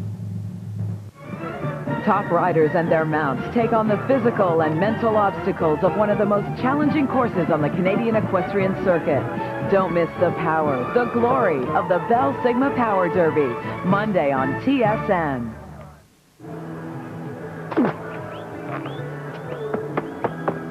Because you wear them till their tongues hang out, Micotin penetrates the skin to kill athlete's foot. And we're back at McMahon Stadium in Calgary. Tracy Ham and the Stallions have some points to make up, trailing the Stampeders 29-15. This might be a tired football team. You know, John, I think you make a great point there. You know, 3 games on the road and being away from home that long, and tough game Wednesday in Edmonton, which is a very physical team. I think this team is tired out. And you know, they just have had some chances to get back into this game, but just seems like there hasn't been a lot of gas in the tank this afternoon. It's a good football team, though. Don Matthews, I don't think there's any question he'll dominate the Southern Division this year. And come Grey Cup time, wouldn't surprise me if Baltimore was back there. I would think there's a pretty good possibility. 29-15, Stamps on top, 2:42 to go. And John Daniels gets the call. Rudy will try and take a little time off the clock now. You know, for the Stampeders, too, they lost Tony Stewart in the second quarter with an elbow injury, and, you know, that'll remain to be seen how badly he is hurt. I mean, they do need a healthy Tony Stewart in this offense. I mean, it's one thing for Flutie to win games throwing 47 balls, but when nobody knows better than Wally Water, when the snow starts to fly out here, you need some sort of running game to go for it. In August, it doesn't matter that much, but in October, November, it might. Sometimes in September, it can matter with snow in the foothills of Alberta. Robert Presbury is being attended to. 17 starts in '94. Played with Don Matthews with the Orlando Thunder a couple of years back. Eskimos Argos coming your way on TSN on Wednesday nights. Both teams trying to avenge losses last week. Argos might be a little angry at losing to the Tiger Cats, and the Eskimos lost by 7 to these Baltimore Stallions. Well, the Argonauts, I mean, you know, you have to look at that game and say, my, we had so many chances to win that game and couldn't do it. See if they can regroup for a very tough game they're going to have at home against Edmonton. What do you think the mood is like on the Bomber practice field in Winnipeg today? Bombers beaten 65-17 yesterday by the Shreveport Pirates, and Cal Murphy was not happy. You know, I read a quote at any point in the game. I read a quote in the paper this morning from Marcus Patton, who had 5 touchdowns rushing for Shreveport last night, and you know, he said we're usually on the receiving end of these kind of scores. Kind of fun to dish one out for a change ourselves. Every once in a while, Sean Daniels carries for the Stampeders and grabs a couple.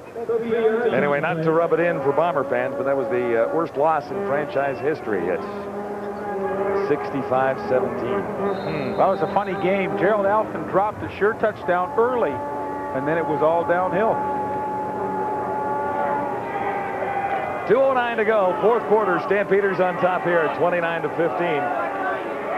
Flutie running the offense there, comfortably in control, but facing 2nd and 7 here.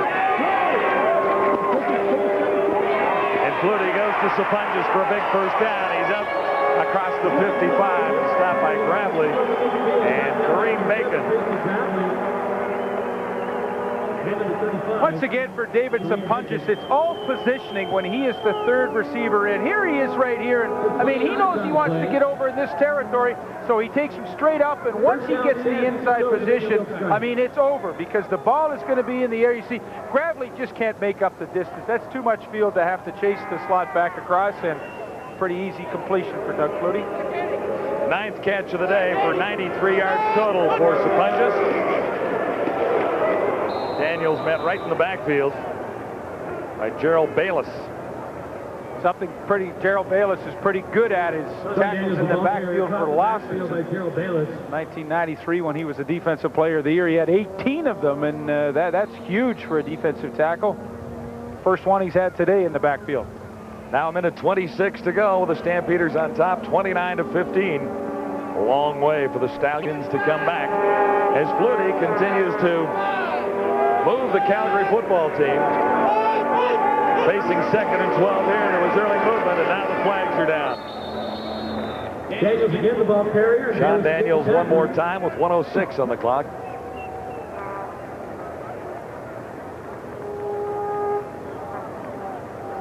A little offside.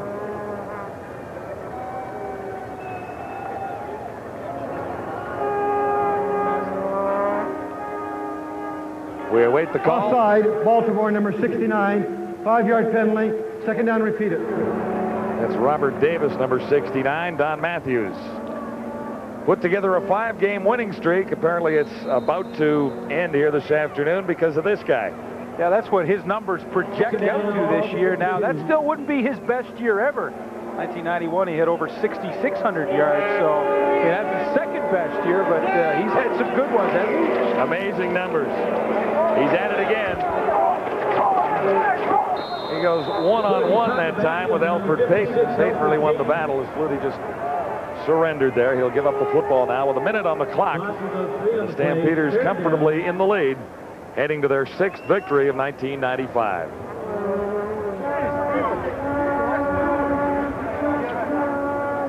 .32 completions for Flutie this afternoon. That's 3rd most on his list. 37 against Saskatchewan in '93, 34 against Toronto same year, and 32 here today. Well, you need a lot of paper when you start writing all the marvelous things that Doug Flutie has done, passing records, touchdowns, all kinds of stuff. It's almost a whole section now of the Stampeder Media Guide and Record Book.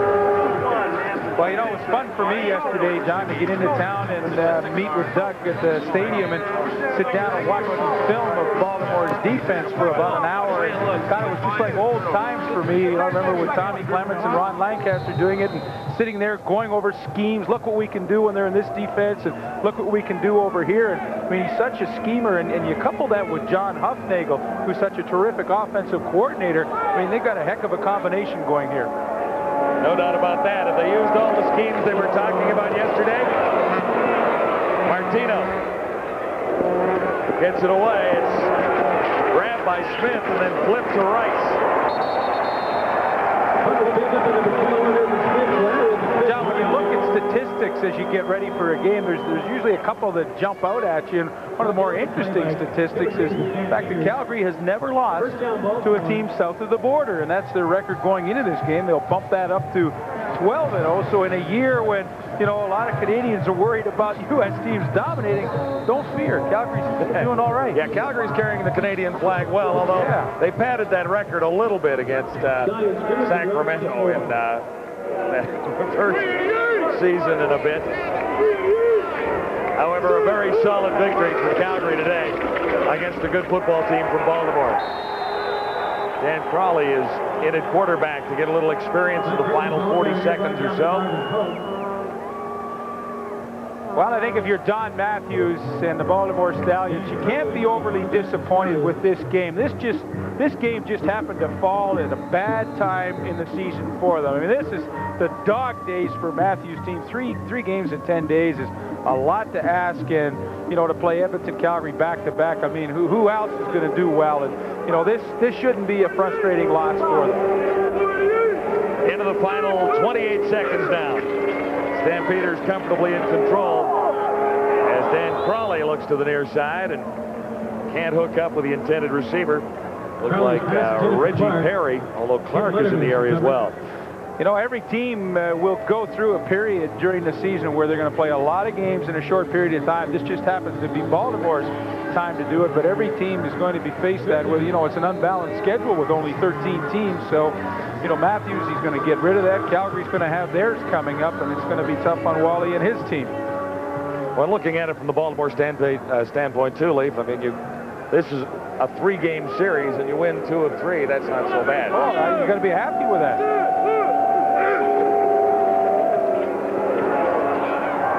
Crawley over the middle and has his target at the 40-yard line. That's Robert Clark, and that's his first catch of the day. Crawley's pass complete to number 86, Robert Clark. Crawley is listed as number 3 on the quarterbacking depth chart. He's in his rookie season. First down, Baltimore at the 40. 92-64. Holds all the school career passing records. That's his first completion as a pro. 6 seconds to go. The Stampeders are set to wrap it up. Clark can't hang on to that one. And now 2 seconds remain for the Baltimore Stallions to get on the airplane and go home after a long road trip. It began in Birmingham, with stops in Edmonton, then 3 days in Red Deer with the Stallions of the favored football team. You know, you look at this game and who you thought might have an impact. Chris Armstrong. I think he only caught 1 ball the whole game, and he really is their big play receiver. 6 yards, 1 reception for Armstrong, and that's kind of surprising. That'll be the ball game as Dan Crawley surrenders. Don Matthews will shake hands with Wally Buono. Matthews' record dropped from 5-2 in '95, and Wally Buono of the Calgary Stampeders unbeaten in 6 games. Calgary had a time of possession 35 minutes and 39 seconds compared to 24-21. So the score could have been a little bit more than 29-15. North standings, well, nothing has changed except we had 1 more victory to the Stampeders in that win column. 6-0, 12 points, a couple ahead of Edmonton, a couple ahead of BC, and 4 up on Edmonton. Well, you look at the South San Antonio is making a bit of a move with their win on the weekend over Memphis, and they're only now 1 game behind the Baltimore Stallions. Pirates are back in it. Gosh, Pirates are right back in it, you know. 3 teams will qualify for the playoffs from the South, so there you get a look at the way the standings sit right now. Wally Buono has had a masterful career as a head coach in the Canadian Football League. Today was victory number 71 during the regular season.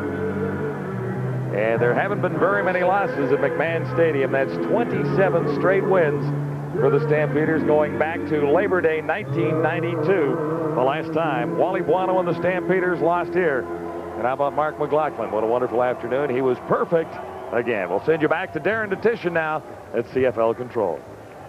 Thanks very much, John. It really is remarkable just how good the Calgary Stampeders are at home during the course of the regular season. Doug Flutie with another fine game today. He goes in and tosses his 13th touchdown pass of the season.